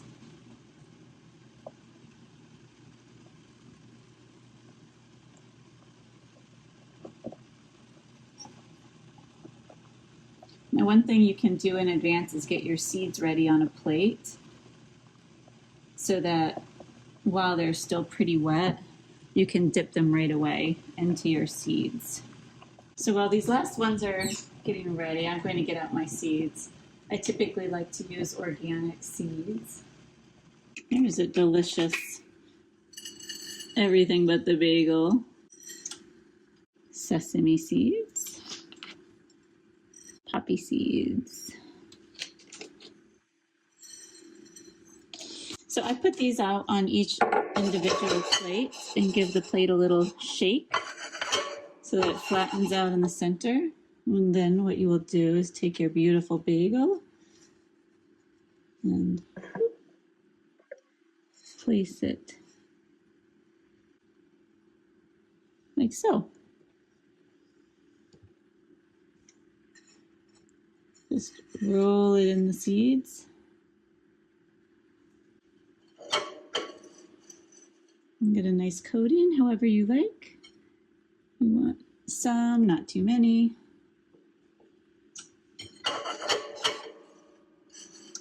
My kids don't like a ton of seeds, so I try to keep it minimal on some. Some I actually keep as just regular plain bagels. Probably do that with 2. And then sometimes I'll just combine the seeds. There we go. Look how gorgeous these look. Oh my goodness. So they are going in the oven at 425 degrees Fahrenheit for about 24 minutes.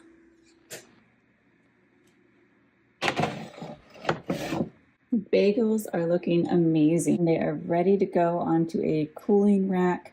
I am so excited to try these. They look so good. They're super hot. So I am carefully going to pick each one up. I might even use my oven mitt.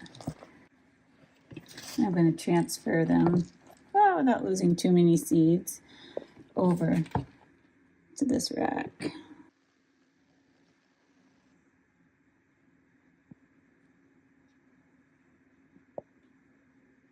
There's really nothing better than a warm, soft, and chewy bagel right out of the oven. And so I am gonna partake in this bad boy right now.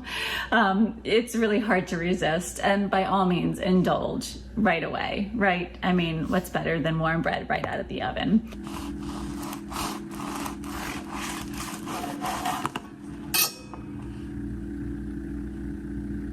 See the crumb, it's soft. Light. All right, I am going to spread some cream cheese. And one thing that I really love with my Scandinavian heritage is lox on a bagel. So I am going to add lox. I just picked some fresh dill from the garden. I'm going to add that. And so I am going to add a bit of lox here, and some lox here. My daughter loves lox, and so she will literally just eat like a whole container of lox. So we have a joke in our house about keeping the lox for my daughter, because she'll devour it all. There you go. So fresh dill from the garden that I just picked outside. We have some beautiful wild caught smoked sockeye salmon. on top of our delicious homemade sourdough bagels. It's a simple recipe. It doesn't need to be complicated, but it's so delicious. Your entire family will love it. Your friends, everyone will love sharing in these delicious bagels with you. Give them a shot. Let me know what you think in the comments below. I would love to hear. If you have any questions, always reach out. I'm always happy to help you along the way.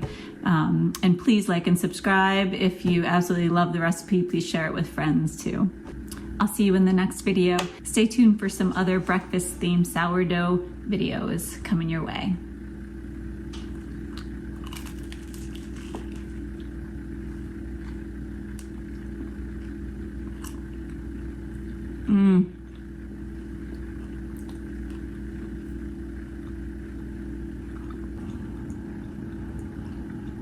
I could eat this for breakfast, lunch, and dinner. Oh, it is so good. Look at the air bubbles. Next is something that pairs beautifully with a special brunch dish. These English muffins are soft, they're lightly chewy, and they are perfect for something like Eggs Benedict. As always, you can just toast them with butter and jam too. They're also a super versatile brunch option for you. Hey everyone, welcome to Farm Bread. So I'm curious, have you ever tried to make sourdough English muffins from scratch?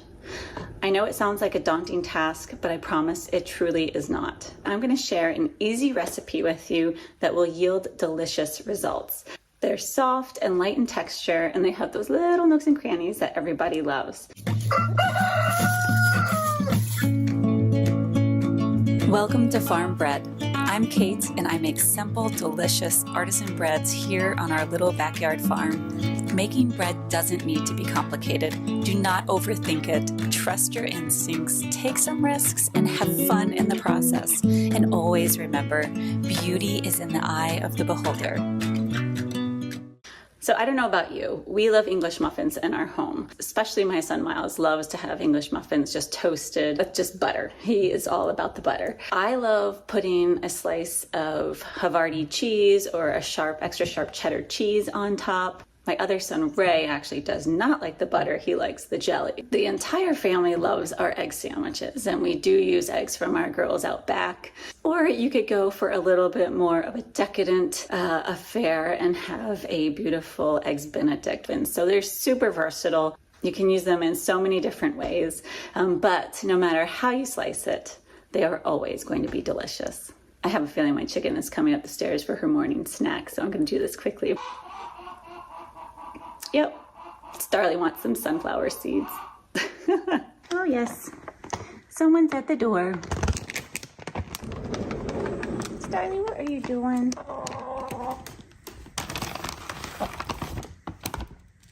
And there you go.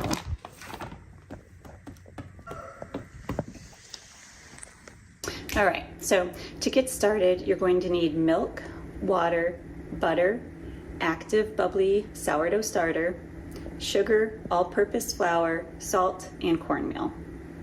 The tools you'll need are a kitchen scale, medium and large mixing bowls, a spoon or whisk, I love my Danish dough whisk, a flour sack towel, plastic wrap, a sheet pan and skillet. You can use a microwave to warm your ingredients, which is what I do for ease, or you could use an additional saucepan for a stovetop. You'll also need a cookie cutter or a kitchen glass to shape your English muffins. I'll post a link to all those tools I use and love below for you. I've also posted the link to the recipe below, so make sure that you click on that. We're going to get started adding the ingredients. We're going to zero out our kitchen scale with the cup on top. We're going to pour in our milk. We need 245 grams of whole or 2% milk. There we go. Then we need 120 grams of water. So zero out your scale before you add your water.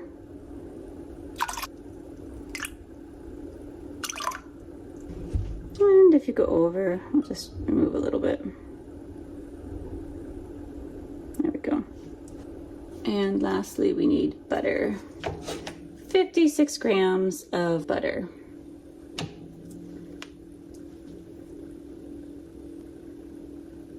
So now I am going to warm this up in the microwave for about 30 seconds to about 45 seconds. I don't want to kill my starter by putting a mixture in that's way too hot.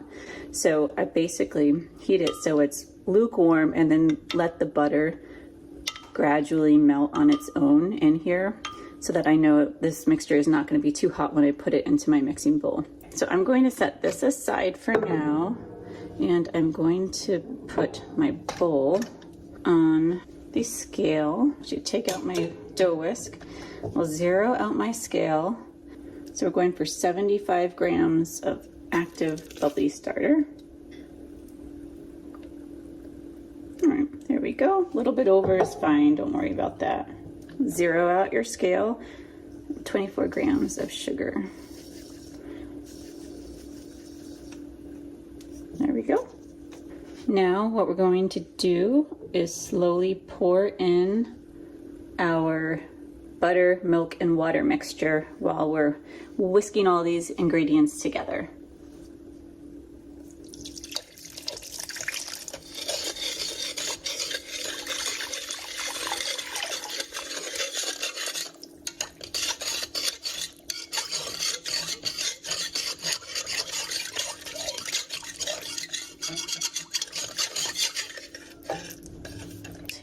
Out and set it aside. I'm going to zero out my scale.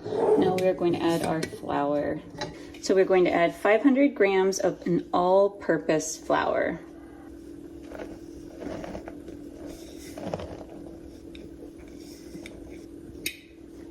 And last but not least, we will add 9 grams of salt. I love pink Himalayan salt. There we go. A little bit extra. Now I will take this off the scale. And now I'm going to mix everything together to make sure it's all nicely incorporated.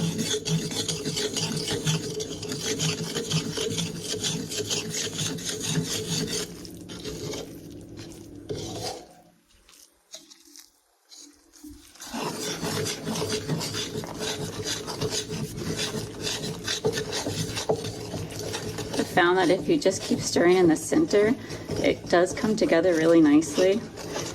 You don't actually have to keep pushing the sides, and it just automatically will come in. See that? Isn't that cool? Then I'll scrape just the last bit.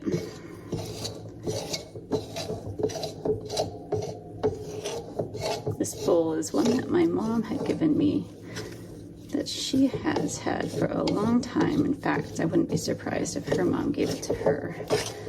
I grew up making bread with my mom, and she taught me a recipe that my grandmother used to use as well.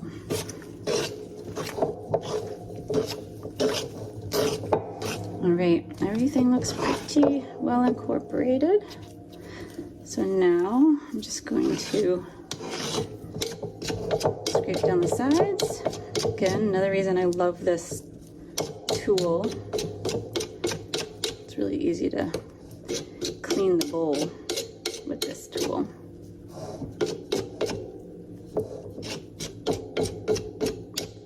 Just kind of pull it up.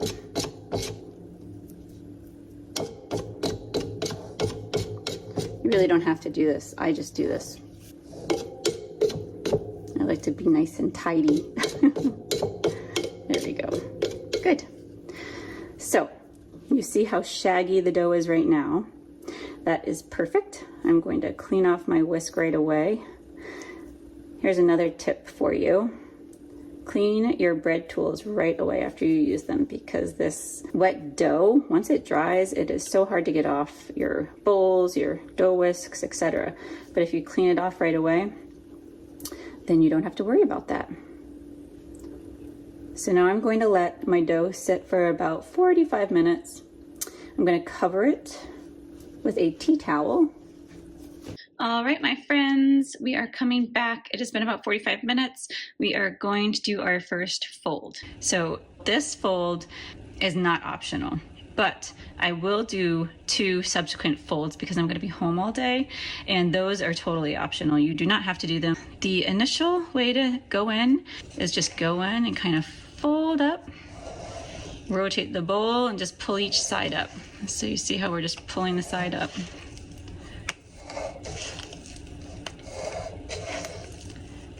We're going to try to shape this into a nice ball. See how that's coming together? The glutens have settled when we let it rest for about 45 minutes. So we're just going to go in and round it out.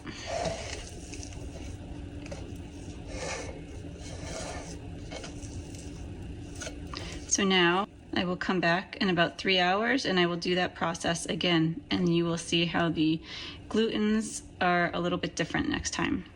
Okay, now we cover the dough. I have dampened my cloth now because I'm going to be letting this sit for a few hours until I do my next fold.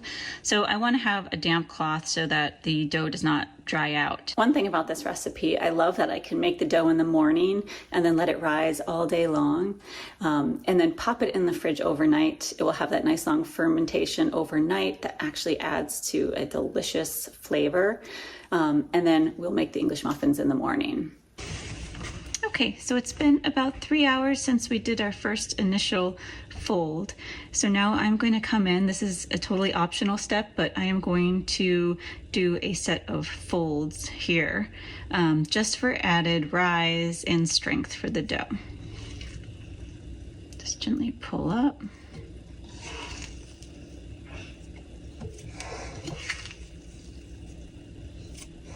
You can already see the difference in the strength of the dough. Just very gently.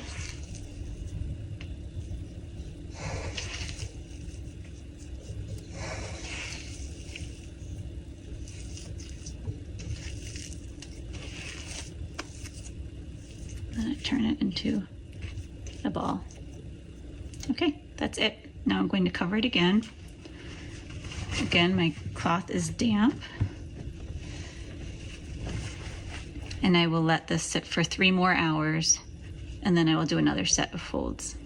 Okay friends, it has been about 3 more hours. I am going to remove my cloth and I'm going to do my final set of folds. I will cover it with plastic wrap and then and a tea towel. I'll leave it out on the counter until roughly 9 o'clock, and at 9 o'clock tonight I will put it into the refrigerator. So here's our final set of folds.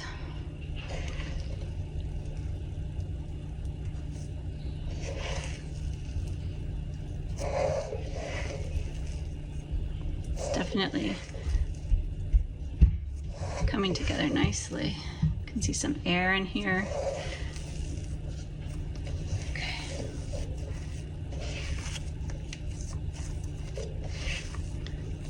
And to help with this so it doesn't stick to your hands, you can always put some water on your hands before you do this. Okay.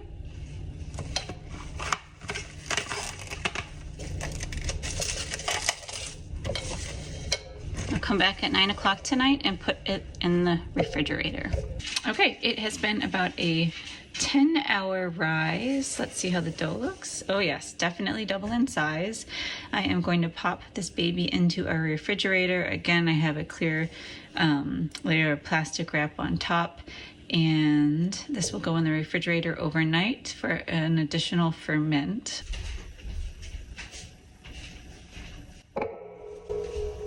All right, good morning. Welcome back. So the dough was removed from the fridge about a half an hour ago. It's just kind of coming to room temperature in the same pan and everything. Now I am going to turn the dough out onto a floured work surface. We'll let it sit for about 10 minutes more, and then we will start to shape the English muffins.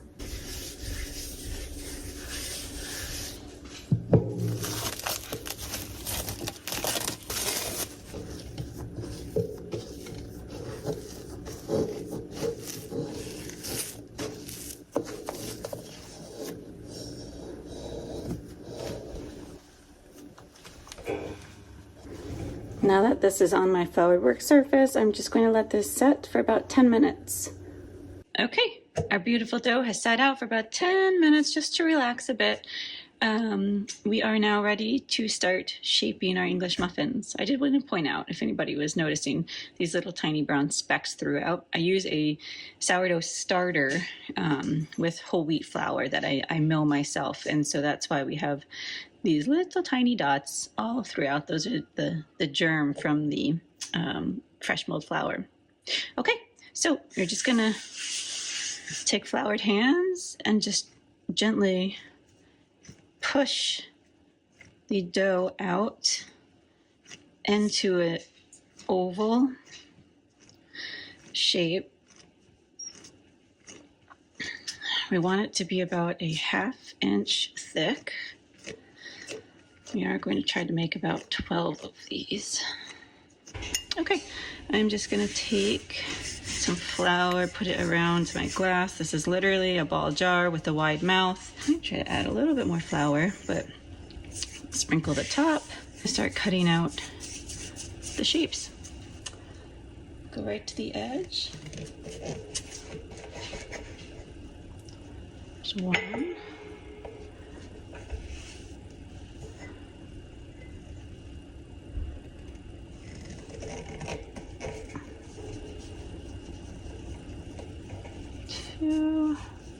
Can feel it's getting a little sticky, so that's why you want to make sure that you have a nice floured work surface.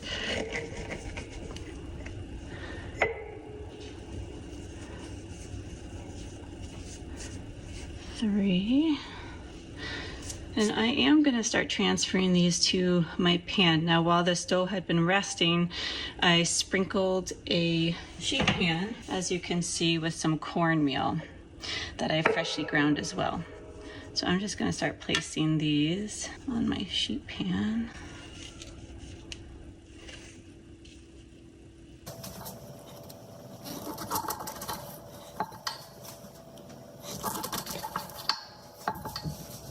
Oh, and sometimes you'll get like a little divot. Don't worry about that.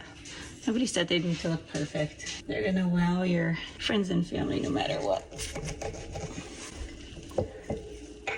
When they are rising for the next rise, I like to do it for about 1.5 to 2 hours. You can just gently go in and pat the sides, but honestly, when they rise, they're going to puff up, and so that any irregularities will kind of puff away, if you will.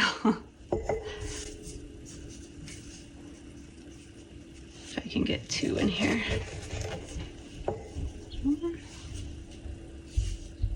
All right. I'm not sure if I can make one here. There we go. Kind of get all these dough together without kneading them too much. In fact, do the old ball twist here. And then I'll flatten it. And then this I'm going to make into 2 smaller ones. And again, I'll do that old ball twist. And I'm going to flatten it. Go. Okay.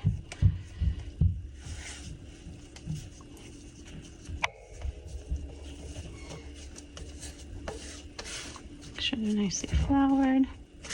All right, I'll just leave those there because I ended up actually making 14.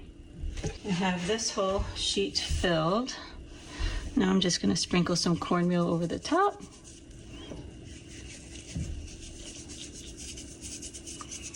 Here we go. Do that. And I will let this sit for about 1.5 to 2 hours. While we are waiting for our English muffins to rise, I'm gonna give the girls some treats. They love cantaloupe. Hi girls! Your star! Hi sweets! Hi sweets! Girls want some cantaloupe? Here we go.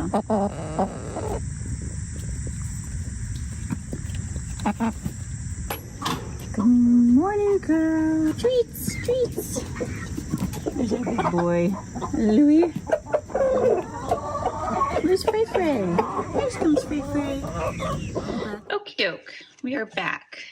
I came back at 9:30, but I noticed I could still see some slight edging, and I wanted them to be a little bit puffier, which you can definitely see. Edges are now rounded. So this rise took 2 hours. But they are now ready to cook. Okay, I have my 2 skillets on the stove. They are heating up as we speak. I am now on an electric range, so I am still getting used to the different temperatures. With that being said, I'm constantly checking the heat. I'm gonna heat it up between medium and low, and then kind of go from there. If I feel like they're not really browning at all, I'll turn the heat up a little bit more. If I feel like they're cooking too fast, I'm obviously gonna turn it low. I tend to start higher and then gradually turn the heat down to low. So once I feel like the pans are fully heated up, then I will add my muffins in. Notice I have not added any sprays or oils, any butter. I cook them dry. I feel like they have a little bit longer shelf life when they are cooked dry. Both these pans have a ceramic nonstick coating. I try to err against Teflon because of the chemicals. I have seen a lot of people using cast iron, and so or stainless steel probably works really well too, especially because we're cooking these dry. As long as you have enough cornmeal down, you shouldn't have a problem with sticking. I feel like we are ready to go. I'm gently gonna pick my muffins up, ever so gently, and place them in. They expand a little bit, so I'll do 4 in each pan.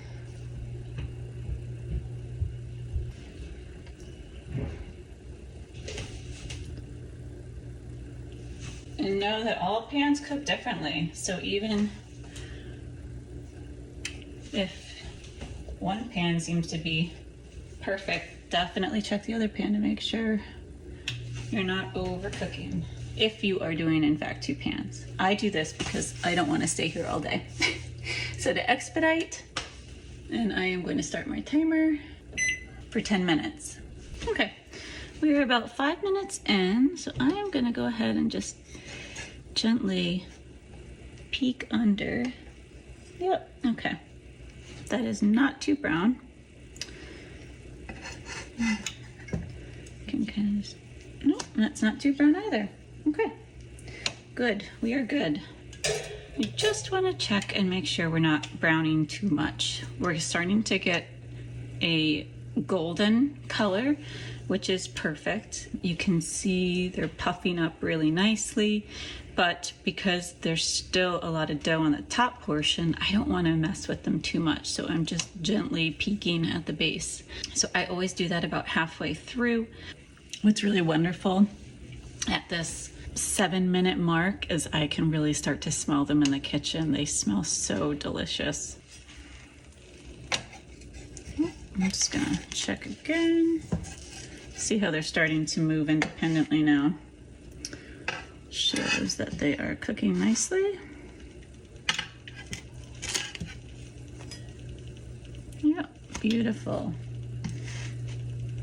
We have 2 minutes to go. I would say this pan is cooking definitely faster than this pan. So I might actually turn this heat up a little bit. Move this guy over.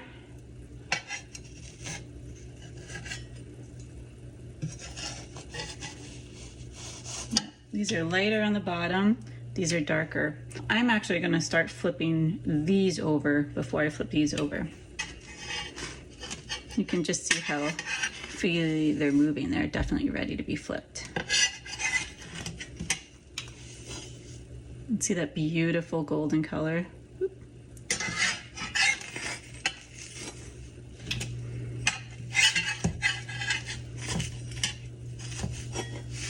There we go.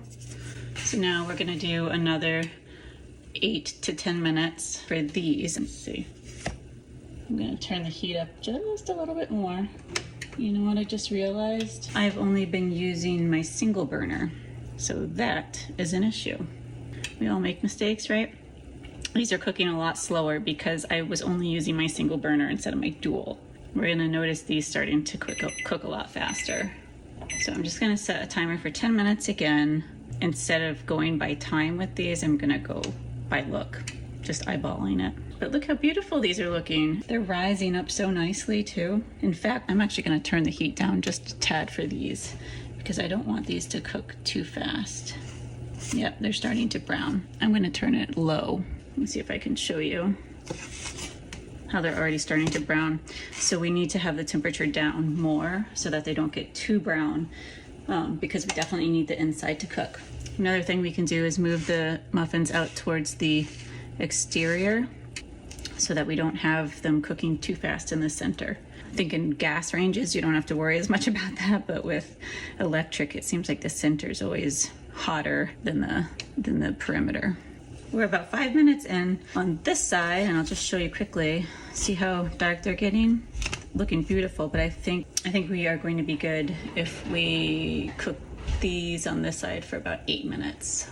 These, however, are now starting to cook nicely, but I was delayed pretty much by a whole skillet full because I hadn't set the dual burner. So they are cooking. I can show you just for your reference. They are cooking nicely, but they are definitely just starting to turn golden. So they are definitely taking longer, but it's totally fine. It's not a big deal.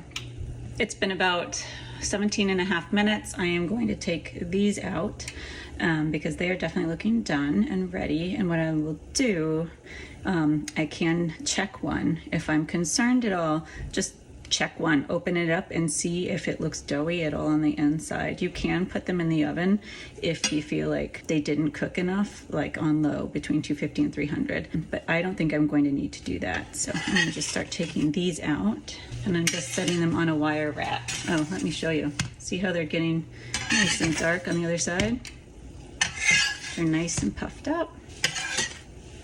And these, you can see, are definitely starting to puff up nicely, and you can see how they're actually cooking along the edge. Before I do those, I'm gonna put another set in the pan. These have had the advantage of rising even longer, and now I am going to flip these over. Oh yeah, they've definitely browned nicely.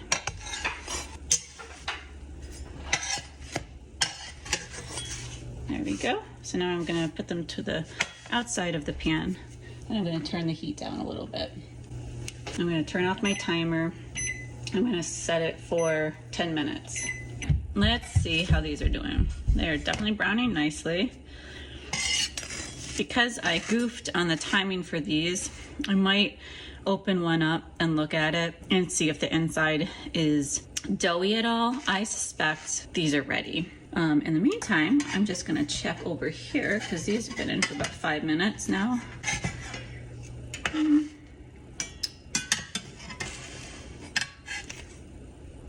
So those can actually come to the center a little bit. And in the meantime, I'm gonna take one of these out and check it. It's so hot, I'm just cutting it with a knife. Nope, we're good. Just try to show you. Because it's hot, it's looking a little bit moist, but there's no dough. So we are good. I'm gonna take the rest of these out and put some new ones in. Yeah. This one got the darkest. That's okay, I'll eat that one. So we are now at like 4 minutes. There we go. So here's the funny part. I just checked this one, and it's very light. So now I'm gonna turn the burner up just a tad. This is what I mean. There's a lot of checking and seeing how they're doing. I mean, this is easy stuff as long as you can remember to turn both burners, your dual burner on and not your single. It's straightforward. It's just intuition, checking to see how they're cooking, knowing what you want your end result to look like, and then just going from there. These have been in for 10 minutes, but they're not quite as golden as I would like them to be, so I'm gonna leave them in for a few more minutes. I did just turn the burner up a hair, so I'm gonna let them get nice and golden on the other side before I flip them. These, however, a turn in the plot. Look how golden these are getting. So They've only been in for 5 minutes. They need to cook longer, so I'm suspecting they will be in for about 8 minutes total. You can see how the edge has cooked on the base. It's about halfway up. So I'm probably gonna leave these in 3 more minutes on this side, and then I'm gonna flip them. They are getting nice and golden on the other side though. Okay, these are ready to be flipped. You can see that beautiful golden brown on the other side. Let's check these over here. They're getting there. I feel like there's, maybe I'll turn the heat up just a little bit. Still a little bit lighter than I would like. Well, not that one. I'm gonna flip that one. You can see the edge. I'll let that one cook a little bit longer. That one's getting nice and golden. Okay, I think these are finally ready. Getting a nice golden brown. And let's check these. 1 more minute and then I'm going to take these out. These have a beautiful color. I'm going to take these out.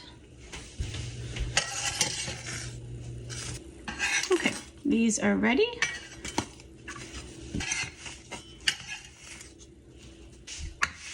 These have a few more minutes to go, so I'm going to turn it low again so they don't brown too much. Okay, our last muffins are finished. Beautiful. All right, there you have it. Beautifully browned English muffins.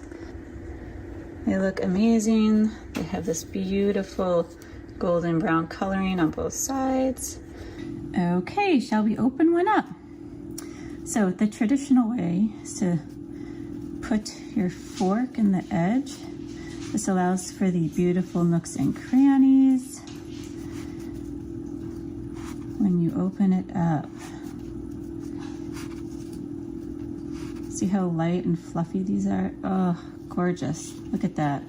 You can see all the beautiful holes, all those little nooks, crannies. I actually don't know what the nook is and what the cranny is, to be honest. But these are beautiful English muffins. They're nice and soft, chewy. So now I'm going to open up my butter bell. My friend Ryan does pottery and he makes these beautiful butter bells, and he made this one for me. You can find him over at Bothwell Pottery. There we go. Spread a little butter on top. Delicious.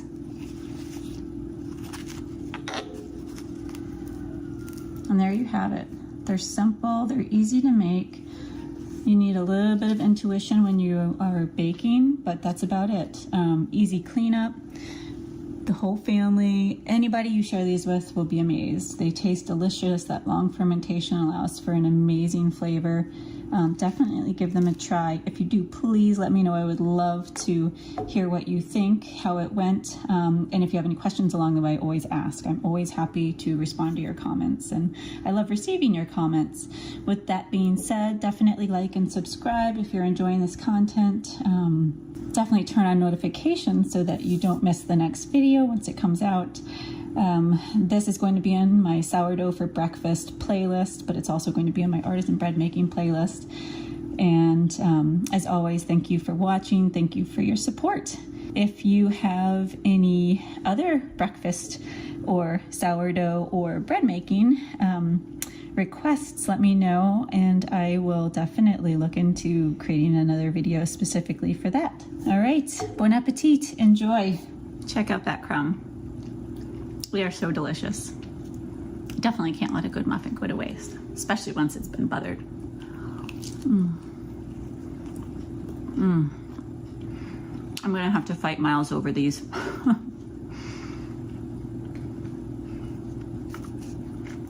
Now, if you'd like to add something a little more bright and seasonal, I have a special treat for you. What do apricots, mangoes, and sourdough have in common?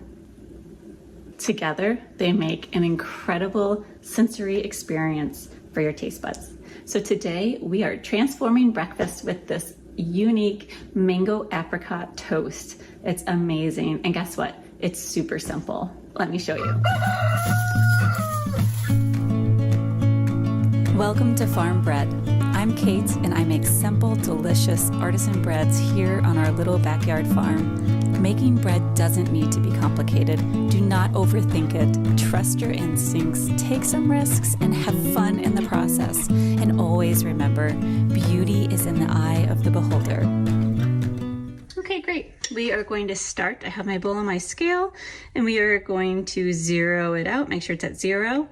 And we are going to add 65 grams of active bubbly starter. Make sure to feed your starter the day before so that it is ready to go. Go just a little bit more, about 70 actually. After the starter, we're going to add our water. We're going to add 325 grams, so make sure you zero out your scale. We're adding 325 grams of warm water. I'm not as exact with everything else, but with water, for some reason, I feel like I need to be super exact. Okay, now you can stir this up. If you have a Danish dough whisk, awesome. If you don't, you should think about getting one. I love this tool. It just really integrates your ingredients nicely. And I've tried some others that just didn't feel right, but the flat Danish dough whisk, I love it. Much easier than a spoon. We are going to add 500 grams of bread flour. So I'm going to zero out my scale.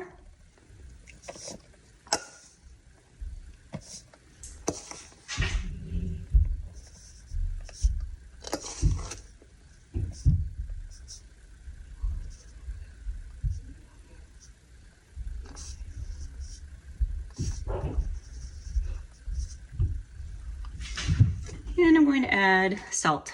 I like pink Himalayan salt, so I'm going to be adding 9 to 10 grams of pink Himalayan salt.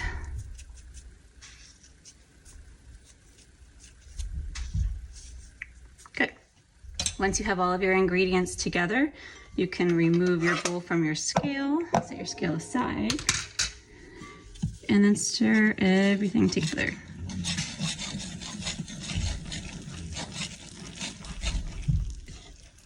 Depending on how wet or dry your dough is, if it's on the drier side, you might want to remove your dough whisk and just finish by hand. Might be easier. I'm trying to see how far I can go. And it's getting a little bit dry. So I will take my dough whisk out.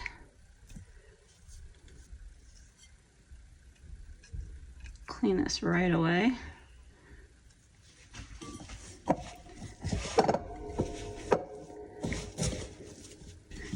And just go by hand to integrate the remaining ingredients.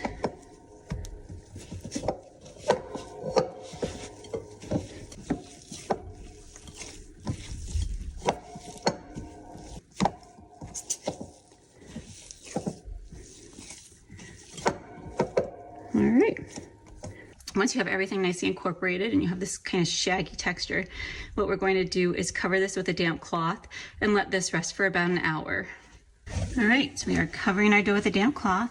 And while this is resting, I am going to start chopping up my dried fruit and getting our filling ready to go. So now we are going to make our filling while our bread is resting.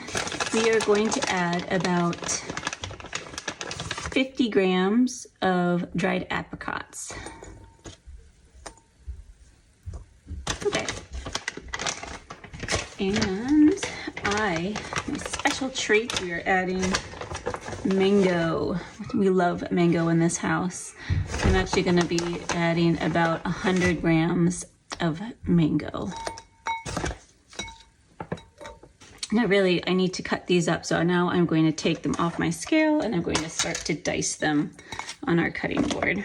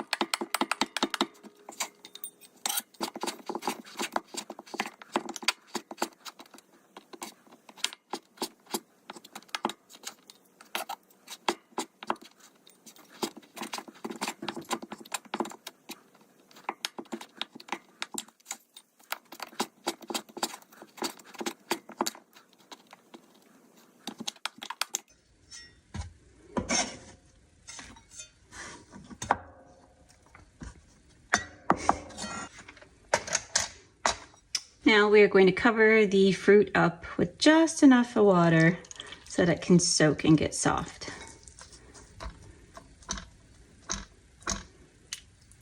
There we go. Zero out my scale, and I'm going to add kind of like about 20 grams of sugar. Just stir it up, and we will be draining the fruit before we add it to the bread. This is such a delicious tropical fruity twist on bread. Okay, we're gonna let this sit out while our dough is also resting, and at that hour mark we'll come back. We will drain the fruit mixture and incorporate it into the dough. I'll see you then. Okay, it has been about an hour, so we are gonna get ready to incorporate our dough with our fruit mixture. First, I need to strain the mixture to get rid of all of the liquids. You can see I've got all the liquid out of it. Oh, these pieces smell so good. And here is our dough. You can see how it still looks shaggy, but just wait until I start to lift the dough up and put in some folds as I blend in the fruit mixture.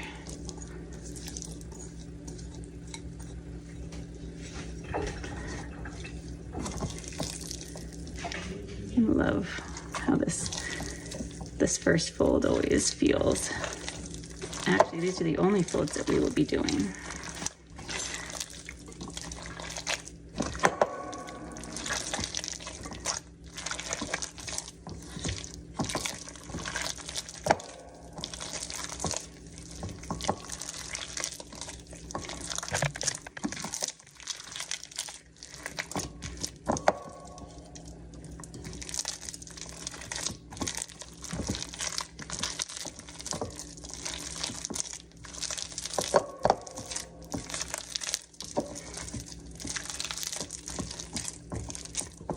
And it's okay if you can't get every little piece in. Just get in as much as you can. And as the dough rises overnight, other will get sucked into it. Okay, so I am going to just plop that on top there. And I'm gonna cover this with plastic wrap. I do actually reuse my plastic wrap, if you can believe it. I will cover this up, and I will not come back until the morning. So this is now entering its bulk rise overnight. So I will see you in the morning. Okay, good morning. Our bread has rested overnight. Let's take a look. Oh my gosh, look at that. I cannot wait when I take off the plastic wrap, the aromas that are gonna come. Definitely save your plastic wrap. Just don't throw it out after one use. You can definitely save it for, anytime you're making breads. Keep reusing that same piece until you feel like you get a hole or something like that. So now I am going to lightly flour our work surface. And I'm going to turn our beautiful dough. Wow. Out.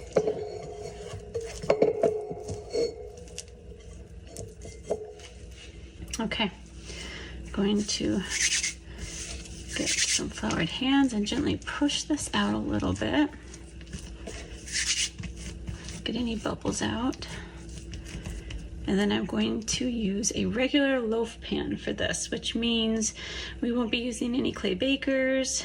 So I am going to make sure that I definitely grease my baking pan really well before I put this in. You can see that there's going to be a lot of moisture with these fruit areas, so it's really important that we have a really good coating. I love Trader Joe's coconut oil spray, whatever you like to use. So now we are just going to roll this into a log so that it fits in with our loaf pan. Roll all those goodness, all that goodness into a loaf, and then tuck your ends.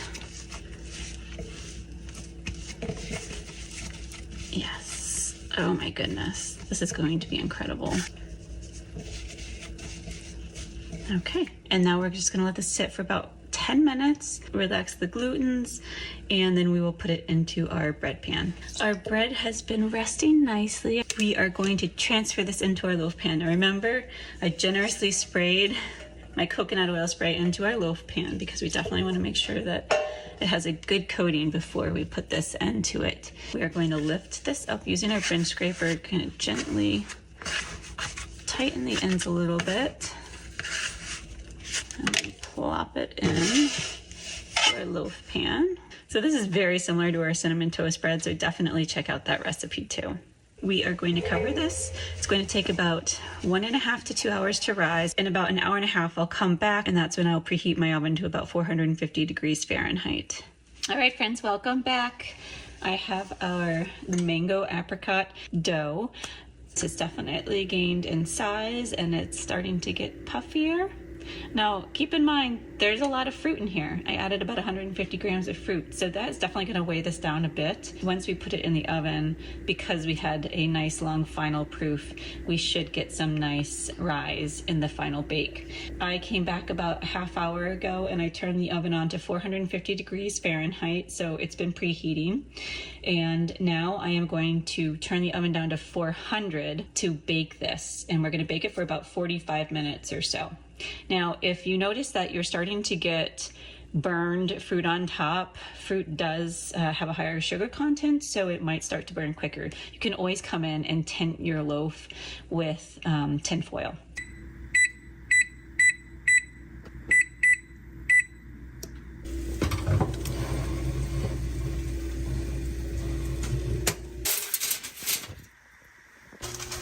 Oh wow, look at this beautiful loaf.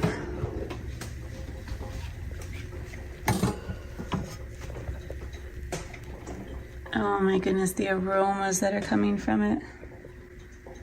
I am going to let it sit on the rack in its pan for about 5 minutes, and then I will actually take the loaf out of the pan.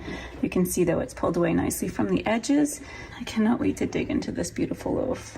Now I'm going to gently remove it from the pan and let it cool. Oh my gosh, this looks so good. Oh, look at this hidden surprise. Yummy. We're gonna let this sit and cool down now on a wire rack for as long as it needs, typically about an hour. All right, I am so excited to dig into this. It's still a little bit warm. Oh my gosh, look at that. Oh my gosh, it smells so good.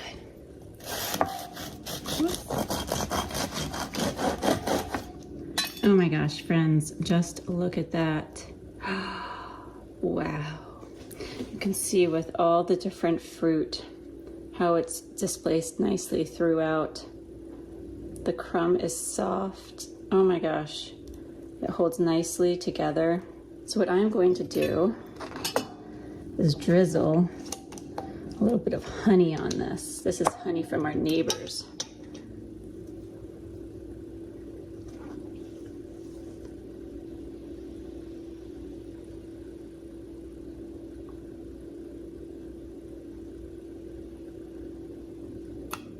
Oh my gosh, that looks so good. Mmm. Mmm. Wow. Hang on. This might be my new favorite bread. I mean, that mango and the apricot, but that mango, oh my gosh. And that little bit of honey on top just adds even more little sweetness, but it's not overpowering. It's chewy. The texture works really well with that added sweetness from the fruit.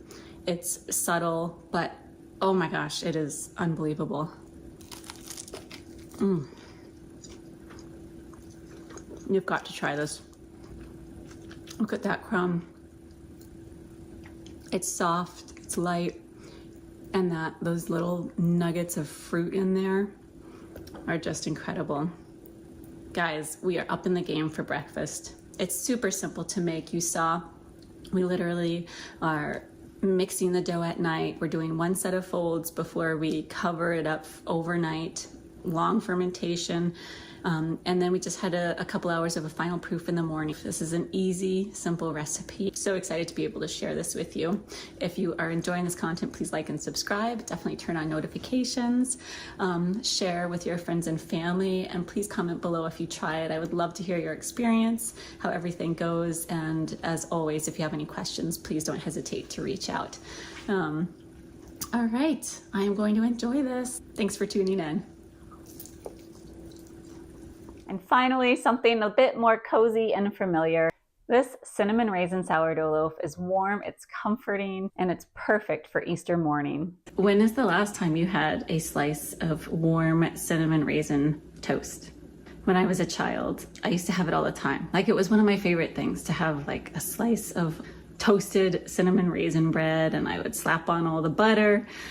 And it was so good. I feel like you don't really hear about cinnamon raisin toast anymore.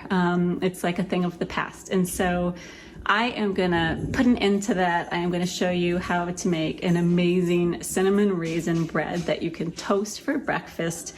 It's a sourdough, it's healthy for you, it's nutritious. The recipe is so simple. We're gonna do one set of folds and that's it. Gunther decided to join me, my dog. I don't know if you can see him, but I'm sure you could hear him. Anyways, it's easy to make, super easy to make. It's gonna be easy on your hands, so you're not doing a lot of kneading. We're gonna make it in the evening, and then we're going to have the bulk rise overnight, and then we're gonna bake it in the morning. So super simple, delicious, healthy, nutritious bread for you, and it's gonna change up your breakfast routine. Welcome to Farm Bread. I'm Kate, and I make simple, delicious artisan breads here on our little backyard farm. Making bread doesn't need to be complicated. Do not overthink it. Trust your instincts, take some risks, and have fun in the process. And always remember, beauty is in the eye of the beholder. So one thing that I want to emphasize is that I try to use organic ingredients when I can. I can't always, but when I can, I like to. Reason being, there are a lot of grains out there that are genetically modified and that are mass produced in fields that are sprayed with herbicides and pesticides, and that's a lot of chemicals. So I definitely recommend, if you have access to organic and you can purchase it, it's the way to go. All right, here we go. Let's get started.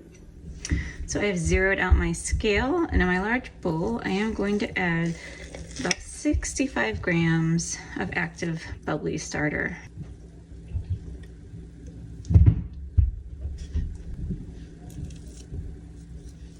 We're a little bit over, which is totally fine. I'm not worried about that. Now we are going to add 325 grams of warm water. So we have to zero out our scale.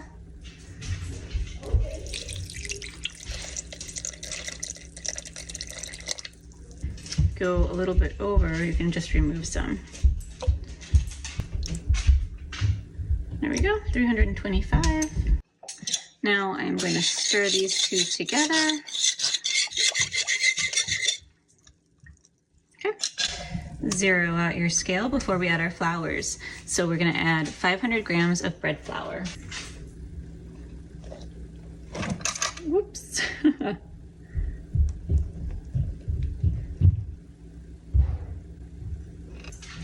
I lost a little bit of water when it splashed in, so I'm just going to add a couple drips back. There we go. I love pink Himalayan salt, so I'm going to be using about 10 grams of pink Himalayan salt. Okay, I'm going to remove this from my scale and stir everything together.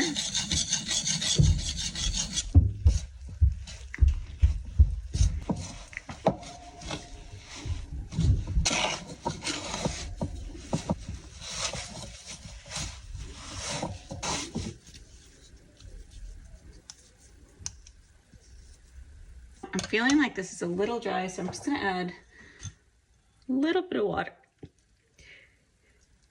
Just about a teaspoon.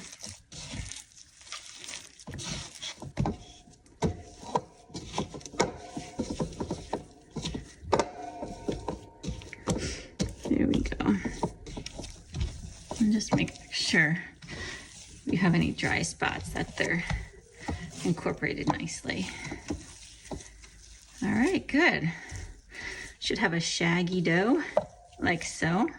All right, so I'm covering this with a damp cloth. I'm going to let it rest for about an hour. Meanwhile, I will get the fillings ready. We're gonna be adding about 150 grams of raisins.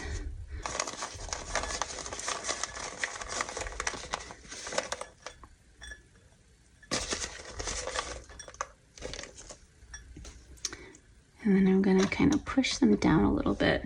Now we're gonna be adding water just until they can actually soak in it so they're not super dry. Just to basically cover them, like so.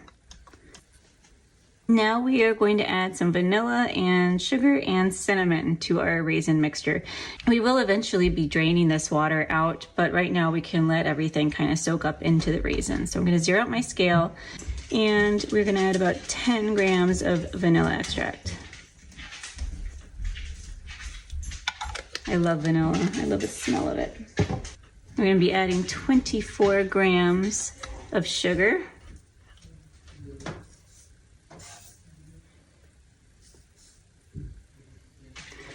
And 1 gram of cinnamon.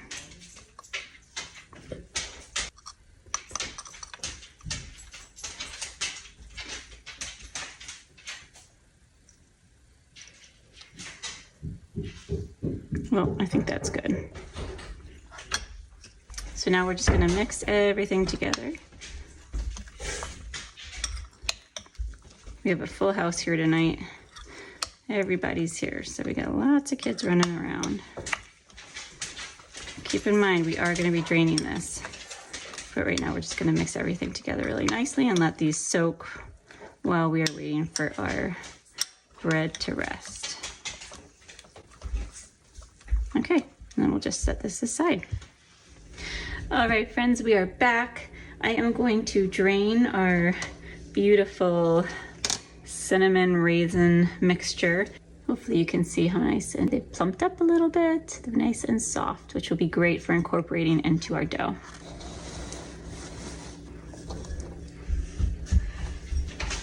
I love a lot of raisins in my bread. So we're just gonna try to incorporate all of these as best we can. So you might need to take a few minutes to squeeze them all in there as you're folding the dough. You can already see how the dough's come together nicely. What do you think, Blake? I think it looks good.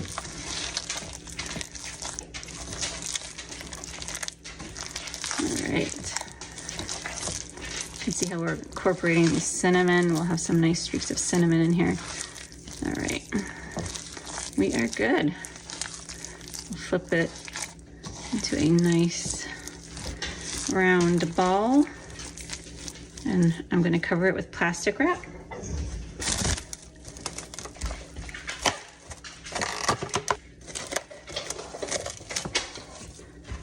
Put my towel back over top. So now that this is covered, I am going to let it sit on the counter at room temperature and let it have a bulk rise overnight, and I'll come back to it in the morning. Okay, it is the next morning. Our bread has set out overnight.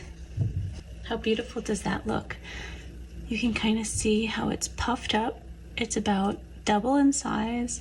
Let's take the plastic wrap off. Definitely save your plastic wrap too. You can always reuse it. All right, this looks beautiful. I'm going to gently flour the surface of our counter.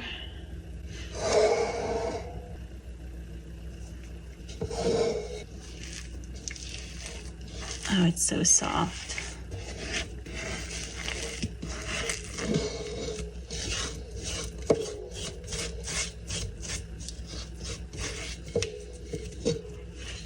This already smells incredible.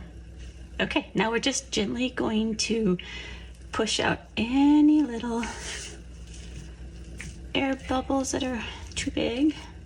And then we're going to shape this. Now we are going to be using a typical loaf pan for this. We're not going to be using a ceramic cloche or anything like that. So I'm just going to shape this as like a typical log for a loaf pan.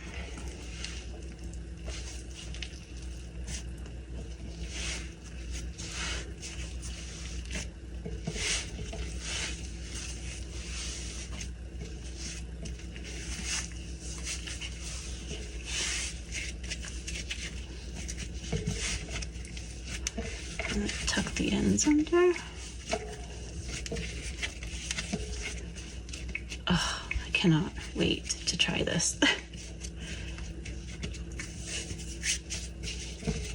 So now I'm going to let our log sit out for about 10 minutes just to rest a little bit, and then I'm going to put it into our very well greased loaf pan. Since we have a couple exposed raisins, it's really important to make sure that your loaf pan has been oiled or buttered, however you do it, really well. So now I'm going to use a bench scraper and I'm going to gently lift our loaf and just put it right into our pan.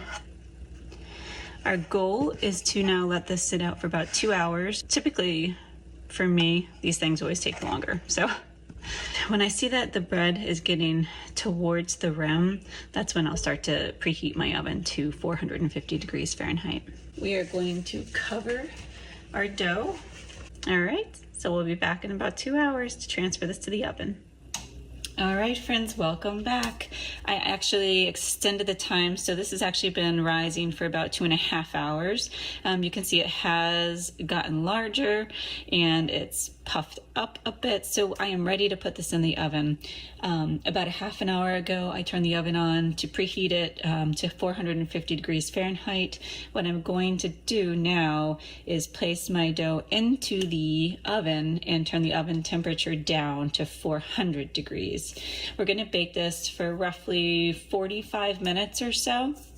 You definitely want to check about halfway through and make sure that it's not burning, because sometimes the fruit, when it's near the top, can get a little bit too, well, basically it can cook too quickly and it can burn a bit. So you might want to use tin foil to tent the loaf.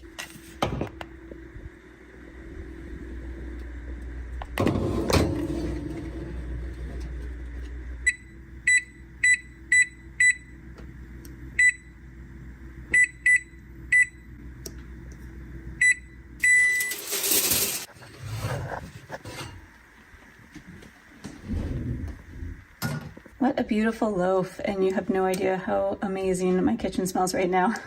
I am going to let it cool for about 5 minutes. You can see how it's pulled away nicely from the sides. We'll remove it from the pan and place it directly onto the wire rack below. All right, it's been a few minutes. Now we can take it out of the pan, slips right out.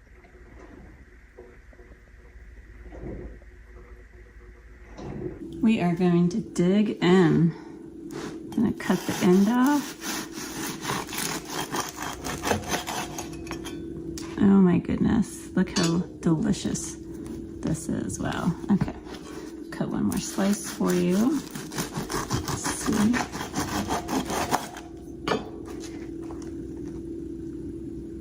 Oh wow, that is incredible. Look at all these juicy, delicious raisins. The crumb is soft. Oh my gosh, yummy. I cannot wait to eat this. So I'm gonna move this out of the way. This here. I just love butter on my cinnamon toast bread.